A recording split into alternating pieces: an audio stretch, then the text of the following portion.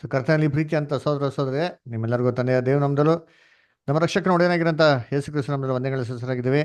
ಆ ದೇವ ಕೃಪೆ ದೇವರೊಂದು ಕರುಣೆಯಿಂದ ದೇವರು ನಮ್ಮ ನಿನ್ನ ಜೀವಿತ ಸಿಕ್ಕಣಿಸಿ ಕೃಪೆ ಕೊಟ್ಟು ನಡೆಸ್ಕೊಟ್ಟಿದ್ದಾರೆ. ಅದಕ್ಕಾಗಿ ದೇವರಿಗೆ ಸ್ತೋತ್ರ.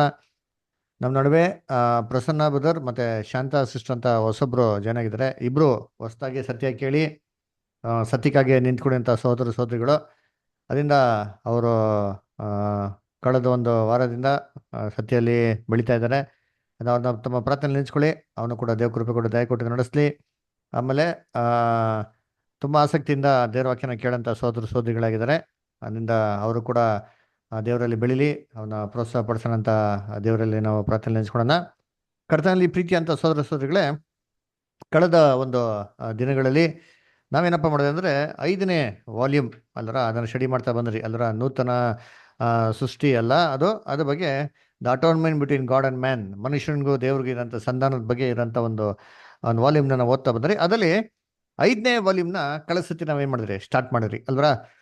5th ವಾಲ್ಯೂಮ್ನಲ್ಲಿ 5th ಚಾಪ್ಟರ್ ಏನು ಮಾಡಿದ್ರಿ, ಸ್ಟಾರ್ಟ್ ಮಾಡಿದ್ರಿ ಅಲ್ವರ. ಏನಂತಂದರೆ ಯೇಸು ಕ್ರಿಸ್ತನ ಬಗ್ಗೆ ಹೇಳ್ಬೇಕಾದ್ರೆ ಒಂದು ವಾಕ್ಯ ಹೇಳ್ತಾರೆ, ಅವರು ತನ್ನ ಸಹೋದರಗಳಾಗಿ ಮಾಡಲ್ಪಟ್ಟವರು ಅಂತಂದ್ರಲ್ವರ. ಸೊ ಈ ವಾಸ್ ಮೇಡ್ ಲೈಕ್ ಅಂಟು ಇಸ್ ಬ್ರದರನ್ ಅಂತ ಹೇಳ್ತಾರೆ. ಸೊ ಅದನ್ನ ನಾವು ನೋಡಿದ್ರಿ, ಯಾವ ಪ್ರಕಾರ ಕ್ರಿಸ್ತನು ತನ್ನ ಸಹೋದರಗಳಾಗಿ ಮಾಡಲ್ಪಟ್ಟಾತನು ಅಂತಂದ್ಬಿಟ್ಟು ಅಲ್ವರ. ಸೊ ಅದಕ್ಕೆ ಯೇಸು ಕ್ರಿಸ್ತನ್ಗೆ ಮೊದಲನಾಗಿ ಈ ವಾಕ್ಯದಲ್ಲಿ ನೋಡ್ಬೇಕಾದ ಅಂಶ ಏನಪ್ಪಾ ಅಂದ್ರೆ, ಯೇಸು ಕ್ರಿಸ್ತನ್ಗೆ ಸಹೋದರನ ಯಾರಪ್ಪ ಅಂತ ನಾವೇನ್ ಮಾಡಬೇಕು, ನಾವು ನೋಡಿದ್ರಿ ಅಲ್ವರ. ಯಾರಿಗಾರ ಜ್ಞಾಪನ ಇದೆಯಾ ಕಳೆದ ವಾರ ಏನ್ ನೋಡಿದ್ರಿ ಅಂತ? ಯೇಸು ಕ್ರಿಸ್ತನ್ಗೆ ಸಹೋದರಗಳು ಅಂತಂದ್ರೆ ಯಾರಪ್ಪ ಅಂತ ಕಳೆದ ವಾರ ನೋಡಿರೋದ್ರಲ್ಲಿ ಯಾರಿಗ ಜ್ಞಾಪನ ಇದೆಯಾ? ಅಪೋಸ್ತಲರು. ವೆರಿ ಗುಡ್ ಅಲ್ವರ. ಸೊ ಇಡೀ ಲೋಕದಂತ ಎಲ್ಲ ಜನಗಳು ಸಹೋದರಗಳ ಅಂತಂದ್ರೆ ಖಂಡಿತವಾಗಿ ಇಲ್ಲ ರೀ. ಇಡೀದಂತ ಲೋಕದಲ್ಲಂತ ಎಲ್ಲ ಜನಗಳು ಪಾಪದಲ್ಲಿ ಬಿದ್ದಿರೋಂಥವ್ರು ಅಲ್ವರ. ಸೊ ನೋಡ್ಬೇಕಾರೆ ದೇವರ ಕೋಪಕ್ಕೆ ಏನಾಗಿರೋದು, ಗುರಿಯಾಗಿರೋರು, ಅವ್ರ ಮೇಲೆ ದೇವರು ಶಾಪ ಮರಣದಂಡನೆ ಇರೋಂಥವ್ರು ಅಲ್ವರ. ಅವರೆಲ್ಲ ದೇವ್ರ ಮಕ್ಕಳು ಅಲ್ಲ, ಅವರು ಕ್ರಿಸ್ತನ್ಗೆ ಸಹೋದರಗಳು ಅಲ್ವೇ ಅಲ್ಲ ಅಲ್ವರ. ಯಾಕೆಂತಂದ್ರೆ ಅವರು ಇನ್ನ ಯೇಸು ಕ್ರಿಸ್ತನ ಒಂದು ರಕ್ಷಕನಾಗಿ ಅಂಗೀಕಾರ ಮಾಡಿಲ್ಲ. ದೇವರ ಒಂದು ದಂಡನೆಯಿಂದ ಅದೇನಾಗಿಲ್ಲ, ಇನ್ನ ಪಾರಾಗಿಲ್ಲ. ಸೊ ಕ್ರಿಸ್ತ ನಂಬಿಕೆಯಲ್ಲಿ ಏನಾಗಿದೆ, ಇನ್ನ ಪೂರ್ತಿಯಾಗಿ ಬರದೇ ಇರೋ ಕಾರಣದಿಂದ ಅವ್ರು ಇನ್ನ ದೇವರ ಕೋಪದಲ್ಲಿ ಏನಾಗಿದ್ದಾರೆ, ಉಳಿದಿದ್ದಾರೆ. ಅವರು ಕೋಪದ ಮಕ್ಕಳಾಗಿದ್ದಾರೆ ಅಂತ ಸತ್ಯವೇದಲ್ಲಿ ನಾವೇನ್ ಮಾಡಿದ್ರಿ, ಕಳೆದ ಸತಿಗೆ ನೋಡಿದ್ರಿ. ಹಂಗ್ರೆ ಸಹೋದರಗಳು ಅಂದ್ರೆ ಕ್ರಿಸ್ತನ್ಗೆ ಯಾರಪ್ಪ ಅಂತಂದ್ರೆ, ಕರೆಕ್ಟಾಗಿ ಯಾರು ಏನ್ರಿ ಕ್ರಿಸ್ತನ ಒಂದು ಸ್ವರೂಪದಲ್ಲಿ ಬೆಳೆಯೋದಕ್ಕೋಸ್ಕರ, ಕ್ರಿಸ್ತನ ಹೆಜ್ಜೆ ಜಾಡಿಯಲ್ಲಿ ಬೆಳೆಯೋದಕ್ಕೋಸ್ಕರ, ಕ್ರಿಸ್ತನೊಂದಿಗೆ ಒಂದು ಮರಣದ ಮುಖಾಂತರ ಒಂದು ಒಡಂಬಡಿಕೆ ಮಾಡ್ಕೊಂತಾರೆ, ಅವ್ರು ಏನಾಗಿದ್ದಾರೆ, ಆ ಒಂದು ಏನಾಗಿದ್ದಾರೆ ಅಂದ್ರೆ ಕ್ರಿಸ್ತನ ಸಹೋದರಗಳಾಗಿದ್ದಾರೆ ಅಂತ ನಾವೇನ್ ಮಾಡ್ತೀರಿ ಅಲ್ಲಿ ನೋಡ್ತೀರಿ ಅಲ್ವರ. ಅದರಿಂದ ನೋಡ್ಬೇಕಾರೆ ಏನ್ರಿ, ಇವಾಗ ಎಷ್ಟೋ ಜನ ಏನ್ ಮಾಡ್ತಾರೆ, ಸುಮ್ಮನೆ ಯಾರು ನಮ್ಮನ್ನು ಮೀಟಿದ ತಕ್ಷಣ ಏನ್ ಮಾಡ್ತಾರೆ, ಬ್ರದರ್ ಬ್ರದರ್ ಅಂತ ಕರೀತಾರೆ ಸುಮ್ಮನೆ ಅಲ್ವರ. ಏನ್ರಿ ಬ್ರೋ ಅಂತ ಇವಾಗ ಹೊಸ್ದಾಗಿ ಶುರು ಆಗ್ಬಿಡೈತಿ ಅದರ ಬ್ರೋ ಅಂತಂದ್ಬಿಟ್ಟು. ಬ್ರೋ ಅಂದ್ರೆ ಏನಪ್ಪ, ಶಾರ್ಟ್ ಫಾರ್ಮ್ ಆಫ್ ಬ್ರದರ್ ಅಂತಂದ್ಬಿಟ್ಟು ಅದರ. ಸೊ ಎಲ್ಲರೂ ಬ್ರೋ ಆಗ್ಬಿಡ್ತಾರೆ, ಎಲ್ಲರೂ ಬ್ರದರ್ ಆಗ್ಬಿಡ್ತಾರೆ ಅಂದ್ರೆ ಖಂಡಿತವಾಗಿ ಇಲ್ಲ ರೀ. ಅದೇ ಥರ ಏನ್ರಿ, ಪ್ರೈಸ್ ಲಾರ್ಡ್ ಸಿಕ್ದವ್ರಿಗೆಲ್ಲ ಏನು ಮಾಡೋದು, ಪ್ರೈಸ್ ಲಾರ್ಡ್ ಅಂತ ಹೇಳೋದಲ್ಲರ. ಆ ಪ್ರೈಸ್ ಲಾರ್ಡ್ಗೆ ಅರ್ಥನೇ ಹೋಗ್ಬಿಟ್ಟಿದೆ. ಅದಕ್ಕೆ ನಮಗೆ 10 ಪ್ರಮಾಣ ಕೊಡ್ಬೇಕ್ರಿ ಅಂತ ಹೇಳಿದ್ರು, ದೇವರ ನಾಮವನ್ನು ವೀಣವಾಗಿ ಏನು ಮಾಡ್ಬಿಡಿ, ಉಚ್ಚರಿಸ್ಬಿಡಿ ಅಂತ ಅದಕ್ಕೆ ಹೇಳಿದ್ದು. ಅದಕ್ಕೆ ಸತ್ಯವೇದಲ್ಲೇ ನಮ್ಮ ದೇವರ ಹೆಸರನ್ನ ಏನು ಮಾಡ್ಬಿಟ್ರೆ, ಪಬ್ಲಿಷೇ ಮಾಡಿಲ್ಲ ರೀ ಅಲ್ವರ. ಅದಕ್ಕೆ ಎಲ್ಲ ಕಡೆ ಗಾಡ್ ಗಾಡ್ ದೇವ್ರ ಅಂತ ಹಾಕ್ಬಿಟ್ರು, ಯೆಹೋವ ಅಂತ ಹಾಕ್ಲಿಲ್ಲ. ಕನ್ನಡ ಬೈಬಲ್ ಒಂದರಲ್ಲೇ ಇರೋದು ಅಲ್ವರ. ಏನ್ರಿ ಎಲ್ಲ ಇಂಗ್ಲೀಷ್ ಓದ್ರಿ, ತಮಿಳ್ ಓದ್ರಿ ಅಂತಾರೆ, the lord god all mighty spoke ಅಂತ ಬರ್ತಾರೆ ಅಲ್ವರ. ಅಂದರೆ ತಮಿಳ್ ನೋಡ್ಬೇಕಾರೆ ಏನಂದ್ರೆ, ಏನ ಕರ್ತರಕರ ಆಂಡವರ್ ಅಲ್ವರ, ಸರ್ವವಲ್ಲಮೆ ದೇವನ್ ಅಂತ ನೋಡಿ ಈ ಥರ ಒಂದು ವಾರ್ತೆಗಳು ಬರೋದು ನೋಡ್ತಿದ್ರು. ಅಂದ ನಮಗೇ ತಿಳಿದ್ರೆ ಏನಾಗ್ಬಿಡ್ತಾರೆ, ಇದು ಹ್ಯಾಬಿಟ್ ಆಗ್ಬಿಟ್ಟು ಏನಾಗ್ಬಿಡ್ತಾರೆ, ಸಿಕ್ಕಿದ್ದೆಲ್ಲ ನೋಡಿದ ತಕ್ಷಣ ಪ್ರೇಸ್ ಲಾರ್ಡ್ ಅಂತ. ನಾನು ಏನೋ ತಪ್ಪು ಮಾಡ್ಕೊಂಬಂದಿರ್ತಾನೆ, ಪಾಪ ಮಾಡ್ಕೊಂಬಂದಿರ್ತಾನೆ, ಅವ್ನು ನೋಡಿದ ತಕ್ಷಣ ಪ್ರೇಸ್ ಲಾರ್ಡ್ ಅಂತಂದ್ರೆ ನಮ್ಮ ದೇವ್ರ ನಾಮಕ್ಕೆ ನಾವೇನು ಮಾಡ್ದಂಗೆ, ದೂಷಣೆ ಮಾಡ್ದಂಗೆ. ಅದೇ ಪ್ರಕಾರ ಕ್ರಿಸ್ತನಿಗೆ ಸಹೋದರಗಳನ್ನು ಯಾರಪ್ಪ ಅಂದ್ರೆ, ಸುಮ್ಮನೆ ಹೆಸರಿಗಾಗಿರೋಂಥ ಕ್ರೈಸ್ತವರು ಕೂಡ ಏನ್ರಿ ಕ್ರಿಸ್ತನಿಗೆ ಸಹೋದರಗಳು ಹಾಕಿ ಸಾಧ್ಯನೇ ಇಲ್ಲ ರೀ ಅದರ. ಅವರೆಲ್ಲ ಏನ್ರಿ ಕಾಟಾಚಾರಕ್ಕಿರೋಂಥ ಒಂದು ಏನ್ರಿ ಅದರ ಹೆಸರುವಾಗಿರೋಂಥ ಒಂದು ಕ್ರೈಸ್ತವರುಗಳು. ಯಾಕೆಂತಂದ್ರೆ ಏನ್ರಿ, ಯೇಸು ಕ್ರಿಸ್ತ ಹೇಳ್ತಾರೆ, ನಿಜವಾದ ಆತನ ಶಿಷ್ಯನರೊಂದು ಯಾರಪ್ಪ ಅಲ್ವಾ, ನಿಜವಾದ ಆತನ ಶಿಷ್ಯನರೊಂದು ಯಾರು ಅಂತಂದ್ರೆ ನೋಡಿ, ಓದೋಣ ವಾಕ್ಯ ಅಂತೀನಿ ಇಲ್ಲಿ. ಯೇಸು ಕ್ರಿಸ್ತ ಹೇಳ್ತಾರೆ, ಯೋಹಾನ 8 31 32 ಹೋದ್ರಿ ದಯವಿಟ್ಟು ಯಾರಾದ್ರು. ಯೋಹಾನ 8ನೇ ಅಧ್ಯಾಯ 31 ಮತ್ತು 32. ಆತನು ಈ ಮಾತುಗಳನ್ನಾಡುವಾಗ ಅನೇಕರು ಆತನಲ್ಲಿ ನಂಬಿಕಿಟ್ಟರು.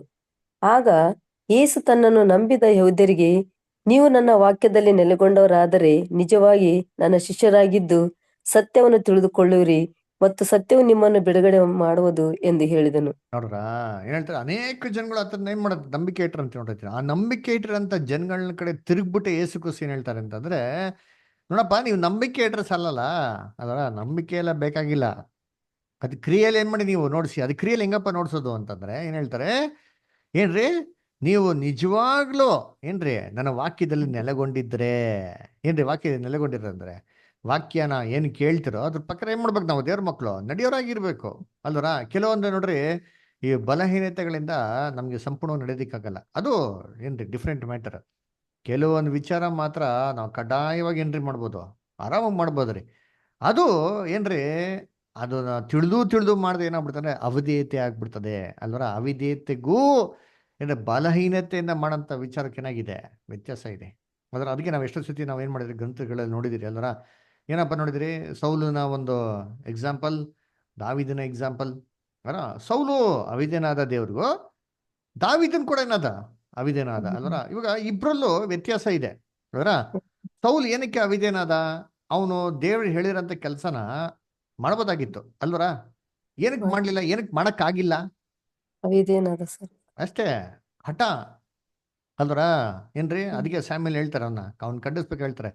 ಹಠ ಬಂದ್ಬಿಟ್ಟು ಹೆಂಗಪ್ಪ ಇದೆ ಅಂದ್ರೆ ಏನ್ರಿ, ಇದು ಒಂದು ಏನ್ರಿ ಮಾಟಗಾತ ಮಾಡ್ದಂಗೆ, ಎಂತ ಶಕುನ ನೋಡ್ದಂಗೆ ಶೂನ್ಯ ನೋಡ್ದಂಗೆ ಅಂತ ಹೇಳ್ತಾರೆ ಅದರ. ಅದೇ ನೋಡ್ಬೇಕಾರೆ ಹಠ ಅನ್ಬಿಟ್ಟು ದೇವ್ರಿಗೆ ಏನ್ರಿ ಇಷ್ಟನಿಲ್ಲ. ಅವನು ಮಿಸ್ಟೇಕ್ ಮಾಡ್ದ, ಏನಕ್ಕಂದ್ರೆ ಹಠದಿಂದ ಮಾಡ್ದ. ಇದೇ ರೀತಿ ಕರ್ತನಲ್ಲಿ ಪ್ರೀತಿ ಅಂತ ಸೋರ್ಗಳೇ ಕ್ರಿಸ್ತನ್ ಅದಕ್ಕೆ ಹೇಳಿದ್ದು ಅಲ್ವರ, ಹಠ ಅಲ್ವರ. ಹಠ ಇರಬಾರ್ದು, ದೇವ್ರ ವಾಕ್ಯಕ್ಕೆ ಏನಾಗಬೇಕು, ದೇವ್ರ ಮಕ್ಕಳು ವಿಧೇಯರಾಗಬೇಕು, ಸರೆಂಡರ್ ಆಗ್ಬಿಡ್ಬೇಕು ಅಲ್ವರ. ಅವಾಗೇ ನೀವು ನಿಜವಾಗ್ಲೂ ಏನಾಗಿರ್ತೀರ, ನನ್ನ ಶಿಷ್ಯನಾಗಿರ್ತೀರ ಅಂತ ನೋಡಿ. ಅದೇ ದಾವಿದು ಹಠ ಮಾಡಲಿಲ್ಲ ರೀತಿಲಿ, ಅವನು ಬಲಹೀನತೆ ಏನ್ ಮಾಡ್ದ, ತಪ್ಪು ಮಾಡ್ದ. ಆದ್ರೆ ದೇವ್ರು ಅದನ್ನ ತಿದ್ಬೇಕಾದ್ರೆ ಏನ್ ಮಾಡ್ತಾನೆ, ಅದನ್ನ ನಂಬರ್ತೆಯಿಂದ ಅದನ್ನ ತಗ್ಗಿಸ್ಕೊಂಡು ಒಪ್ಕೊಂಡ್ಬಿಡ್ತಾನೆ ಅವಲ್ಲರ, ಮಾಡಿದ್ದು ಮಿಸ್ಟೇಕು ಅಂತ ಅಂದ್ಬಿಟ್ಟಲ್ರ. ಅದ್ರಲ್ಲಿ ಏನೂ ಡೌಟ್ ಪಡೋದಿಲ್ಲ ಅಲ್ದರ. ಸೊ ಅದರಿಂದ ನಿಜವಾದ ನಾವು ದೇವ್ರ ಶಿಷ್ಯನಾಗಬೇಕು ಅಂತಂದ್ರೆ ಮನುಷ್ಯ ದೃಷ್ಟಿಯಲ್ಲ, ದೇವ್ರ ದೃಷ್ಟಿಯಲ್ಲಿ ಅಲ್ದರ. ನಾವು ಯಾರನ್ನ ಬೇಕಾರೋ ಏನ್ ಬೇಕಾರೋ ನಾವು ಸ್ವಲ್ಪ ನಮಗೆ ಗೊತ್ತಾಗ್ದಿರ್ತಿಲ್ಲ ನಡ್ಕೊಬೋದು. ಆದ್ರೆ ದೇವ್ರ ದೃಷ್ಟಿಯಲ್ಲಿ ಮಾತ್ರ ನಾವು ಯಥಾರ್ಥವಾಗಿ ಇದ್ದೇ ಇರ್ಬೇಕ್ರಿ. ಯಾಕಂದ್ರೆ ಕಿರೀಟ ಕೊಡೋದು, ಪ್ರೈಸ್ ಕೊಡೋದು ನಮಗೆ ಅವರೇ ಅಲ್ವರ. ಅದಕ್ಕೆ ನೋಡ್ಬೇಕಾದ್ರೆ ಏನ್ರಿ ನಾವು ದೇವ್ರ ವಾಕ್ಯಕ್ಕೆ ವಿಧೇಯರಾಗಿರೋದು ತುಂಬಾ ಕಷ್ಟ ಅದಕ್ಕೆ ನೋಡಿ. ಈ ತರ ಎಷ್ಟೋ ಜನಗಳು ದೇವ್ರಿಗೆ ಏನಾಗಿದ್ರು, ಭಯ ಭಕ್ತಿಯಾಗಿ ಬಾಳ್ತೀನಿ ಅಂತ ಎಲ್ಲ ಹೇಳ್ಕೊಂಡು ತಿರುಗಾಡ್ತಾ ಇದ್ರು. ಯಾರ ಕಾಲದಲ್ಲಿ, ಯೇಸು ಕ್ರಿಸ್ತನ ಮೊದಲನೇ ಬರುವಿಕೆಲೇನೆ. ಅಪೋಸ್ಟಲ್ ಪೌಲ್ ಹೇಳ್ತಾರೆ ನೋಡಿದ್ರಿ, ಎಲ್ಲಿ ರೋಮಾಪುರದಲ್ಲಿ 10ನೇ ಅಧ್ಯಾಯ 1-3 ಓದಿ ನೋಡೋಣ.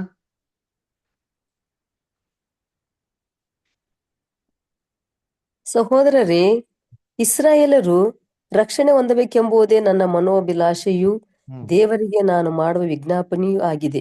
ಹ್ಮ್ ದೇವರಲ್ಲಿ ಆಸಕ್ತರಾಗಿದ್ದಾರೆಂದು ನಾನು ಅವರ ವಿಷಯದಲ್ಲಿ ಸಾಕ್ಷಿ ಕೊಡುತ್ತೇನೆ. ಹ್ಮ್ ಆದರೂ ಅವರ ಆಸಕ್ತಿ ಜ್ಞಾನಾನುಸಾರವಾದುದಲ್ಲ. ನೋಡ್ರ, ಅವರು ಅವ್ರ ಆಸಕ್ತಿ, ಇಸ್ರೇಲ್ ಜನಗಳಿಗೆ ಆಸಕ್ತಿ ಇದೆ ಅಂತೆ, ಆದ್ರೆ ಆ ಆಸಕ್ತಿ ಹೆಂಗಿದೆ ಅಂತೆ, ಜ್ಞಾನ ಜ್ಞಾನಾನುಸಾರವಾದದ್ದು ಅಲ್ಲ. ಅಲ್ಲ. ಜ್ಞಾನಕ್ಕೆ ಅನುಸಾರವಾದದ್ದೇ ಅಲ್ಲ ರೀ, ಜ್ಞಾನಕ್ಕೆ ಸಂಬಂಧವಾದದ್ದೇ ಅಲ್ಲ ರೀ. ಅಂದ್ರೆ ದೇವ್ರ ಜ್ಞಾನ ಹಿಂಗ್ ಹೇಳಿದ್ರೆ ಇವ್ರು ಇಷ್ಟ ಬಂದಂತ ರೀತಿಲಿ ಮಾಡೋರು. ಇದನ್ನ ಏನ್ ಮಾಡ್ಬಿಟ್ರು, ಓ ಇದು ದೇವ್ರ ಜ್ಞಾನನೇ ಇರ್ಬೇಕಪ್ಪ, ಇದು ಕರೆಕ್ಟಾಗಿ ಇರ್ಬೇಕು ಅಂತ ಇವ್ರು ಏನ್ ಮಾಡಿದ್ರು, ಇವ್ರು ಎದುರು ನೋಡಿದ್ರು. ಅದು ದೇವ್ರು ಅಕ್ಸೆಪ್ಟ್ ಮಾಡ್ಬೇಕಲ್ಲ. ನೋಡಿ ಅದಕ್ಕೆ ಮುಂದಕ್ಕೆ ಏನ್ ಹೇಳ್ತಾರೆ, ಅವರು ದೇವರಿಂದ ದೊರಕುವ ನೀತಿಯನ್ನರಿಯದೆ ಸ್ವನೀತಿಯನ್ನೇ ಸ್ಥಾಪಿಸಬೇಕೆಂದು ಪ್ರಯತ್ನಿಸುತ್ತಾ ಇದ್ದದರಿಂದ ದೇವರ ನೀತಿಗೆ ಅಧೀನರಾಗಲಿಲ್ಲ. ನೋಡ್ರ, ಏನ್ರಿ ದೇವರ ನೀತಿಯನ್ನು ತಿಳಿದು ತಿಳಿದು ಏನ್ರಿ ಅದನ್ನ ಅನುಸರಿಸ್ಲಿಲ್ವಂತೆ. ನೋಡ್ರಿ ಎಂತ ಆಟ ಅಲ್ವರ, ಹ ಅಲ್ವರ. ಏನ್ರಿ ಸುನೀತಿಯನ್ನು, ಇವ್ರಿಗೆ ಒಂದು ಕಲ್ಪನೆ ಐತೆ ಅಲ್ಲ, ಕಾನ್ಸೆಪ್ಟ್ಗಳು, ಅದನ್ನ ಪರವಾಗಿಲ್ಲ ಬಿಡಪ್ಪ ನಡೀತದೆ ಅಂದ್ಬಿಟ್ಟು ಇವ್ರು ಸರಿ ಅಂತ ತಿಳ್ಕೊಂಡಿದ್ದೇ ದೇವ್ರ ದೃಷ್ಟಿ ಸರಿ ಅಂತ ಇವ್ರು ಭಾವಿಸ್ಕೊಂಡು ಅದನ್ನೇ ಸಾಧಿಸೋದಕ್ಕೆ ಏನ್ ಮಾಡಿದ್ರು, ಪ್ರಯತ್ನ ಮಾಡಿದ್ರು. ಅದನ್ನೇನ್ ಮಾಡೋಕ್ಕಾಗಿಲ್ಲ, ಅದನ್ನ ದೇವರ ನೀತಿನ ಅನುಸರಿಸಂತೆ ಆಗಿಲ್ಲ ರೀ ಅಲ್ವರ. ಇವಾಗ ಇದಕ್ಕೆ ಏನ್ ಹೇಳ್ತಾರೆ, ಇದಕ್ಕೆ ಅವಿಧೇಯತೆ ಅಂತ ಹೇಳೋದು ಅಲ್ವರ. ಇಂಥವ್ರು ದೇವ್ರ ಶಿಷ್ಯನಾಗೋದಕ್ಕೆ ಸಾಧ್ಯನಾ? ಯೋಚನೆ ಮಾಡ್ರಿ. ಅಪೊಸ್ತಲ ಪೌಲ್ ಹೇಳ್ತಾರೆ, ನಾನು ನಿಜವಲ್ಲ ಯಾರಿಗೋಸ್ಕರ ಪ್ರಾರ್ಥನೆ ಮಾಡ್ತೀನಿ, ಇಸ್ರೇಲ್ಗೋಸ್ಕರ ಪ್ರಾರ್ಥನೆ ಮಾಡ್ತೀನಿ ಅಂತ ಹೇಳ್ತಾರೆ ಅಲ್ವರ. ಅಪೊಸ್ತಲ ಪೌಲ್ ಪ್ರೇಯರ್ಗೆ ಒಂದು ಬಲ ಇತ್ತ ಅಂದ್ರೆ ಎಷ್ಟು ಅವ್ರು ಹೆಂಗೆ ಪ್ರಾರ್ಥನೆ ಮಾಡೋರು ಕಾಯಿಲೆ ಎಲ್ಲ ವಾಸಿ ಆಗ್ಬಿಡೋರು, ಸತ್ತವ್ರು ಎದ್ದು ಬರೋರಂತೆ. ಹಾಗಾದ್ರೆ ಇವ್ರು ಏನಾರೋ ಇಸ್ರೇಲ್ ಜನಗಳಿಗೆ ಪ್ರಾರ್ಥನೆ ಮಾಡಿದ್ರೆ ಇಸ್ರೇಲ್ ಜನಗಳ ರಕ್ಷಣೆ ಹೊಂದಬಹುದಾಗಿತ್ತಲ್ವಾ. ಆದ್ರೆ ಆ ಪ್ರಾರ್ಥನೆಗೆ ಪ್ರತಿಫಲ ಇಲ್ಲ. ಆಮೇಲೆ ನೆಕ್ಸ್ಟ್ ಏನಾಯ್ತು, ನೆಕ್ಸ್ಟ್ ನಮ್ಮವರೆಲ್ಲರಿಗೆ ಹ್ಮ್ ನೀತಿಯನ್ನು ದೊರಕಿ ದೊರಕಿಸಿರುವ ಕ್ರಿಸ್ತನಿಂದಲೇ ಹ್ಮ್ ಕರ್ಮ ಮಾರ್ಗಕ್ಕೆ ಅಂತ್ಯವಾಯಿತು. ನಿಯಮನಿಷ್ಠೆಗಳಿಂದಾಗುವ ನೀತಿಯ ವಿಷಯದಲ್ಲಿ ಅದನ್ನು ಅನುಸರಿಸಿದವನೇ ಹ್ಮ್ ಅದರಿಂದ ಜೀವಿಸುವನೆಂದು ಮೋಶೆ ಬರೆಯುತ್ತಾನೆ.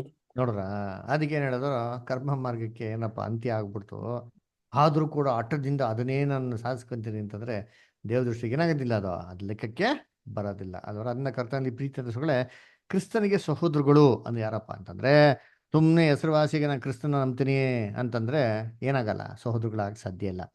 ಅದಕ್ಕೆ ಯೇಸು ಕ್ರಿಸ್ತನ್ ಕೂಡ ಹೇಳಿದ್ರು, ಸ್ವಾಮಿ ಸ್ವಾಮಿ ಅನ್ನೋರೆಲ್ಲ ಎಲ್ಗೋಗಲ್ವಂತೆ. ಪರಲೋಕಕ್ಕೆ ಹೋಗು. ನೋಡ್ರ, ಪರಲೋಕ ರಾಜ್ಯಕ್ಕೆ ಏನಾಗಲ್ಲ, ಹೋಗೋದಿಲ್ಲ. ಅಲ್ವರ ಅದನ್ನ ಕರ್ತನಲ್ಲಿ ಪ್ರೀತಿ ಅಂತ ಸೋರಸರುಗಳೇ ಏನಪ್ಪಾ ಅಂತಂದ್ರೆ, ಕ್ರಿಸ್ತನಿಗೆ ಸಹೋದರಗಳು ಯಾರು ಅಂತಂದ್ರೆ ಸತ್ಯ ಅಂತ ತಿಳ್ಕೊಂಡು ಸತ್ಯದ ಮಾರ್ಗದಲ್ಲಿ ಯಾರು ದೇವ್ರಿಗೋಸ್ಕರ ತನ್ನ ತಾನೇ ನಿಷ್ಠಾವಂತಿಗೆ ಒಪ್ಪಿಸ್ಕೊಟ್ಟು ದೇವ್ರ ಹತ್ರ ಒಳ್ಳೆ ಮನಸ್ಸಾಕ್ಷಿ ಒಡಂಬಡಿಕೆ ಮಾಡ್ಕೊಂಡು ಅದನ್ನ ಸರಿಯಾದ ರೀತಿಯಲ್ಲಿ ದೀಕ್ಷಿಸ ನೋಡ್ಸ್ಕೊಂಡು ದೇವ್ರ ಮಾರ್ಗ ನಡೆಯೋದಕ್ಕೆ ಮನ್ಸು ಮಾಡ್ತಾರೋ ಅವರೇ ಕ್ರಿಸ್ತನ ಸಹೋದರಗಳು. ಅದಕ್ಕೆ ನೋಡಿ, ಒಂದ್ಸತಿ ಏನಾಗ್ತದೆ, ಇವಾಗ ಯೇಸು ಕ್ರಿಸ್ತನ್ಗೆ ಸ್ವಂತ ಸಹೋದರಿಗಳಿದ್ರೆ ಇಲ್ವಾ? ಒಡ ಹುಟ್ಟಿದ ಸಹೋದರಿಗಳಿದ್ರೆ ಇಲ್ವಾ? ಇದ್ರಿ ಸರ್. ಇದ್ರು. ತಮ್ಮಂದ್ರಿದ್ರು, ತಂಗಿ ತಂಗಿಯಂದ್ರಿದ್ರು, ತಾಯಿ ಕೂಡ ಇದ್ರು. ಆದ್ರೆ ನಿಮ್ಗೆಲ್ಲ ಚೆನ್ನಾಗಿ ಗೊತ್ತಿರಂಗೆ ಒಂದ್ಸತಿ ಏನಾಗ್ತಾರೆ, ಯೇಸು ಕ್ರಿಸ್ತು ಏನ್ರಿ ಅಲ್ಲಿ ಒಂದ್ ಕಡೆ ಏನ್ರಿ ಅದ್ಭುತ ಮಾಡ್ತಾ ಇರ್ತಾರೆ. ಸಡನ್ ಆಗಿ ಯಾರು ಬರ್ತಾರೆ ಅಂತಂದ್ರೆ ಅವ್ರ ತಾಯಿ ಏನ್ ಮಾಡ್ತಾರೆ, ಬರ್ತಾರೆ.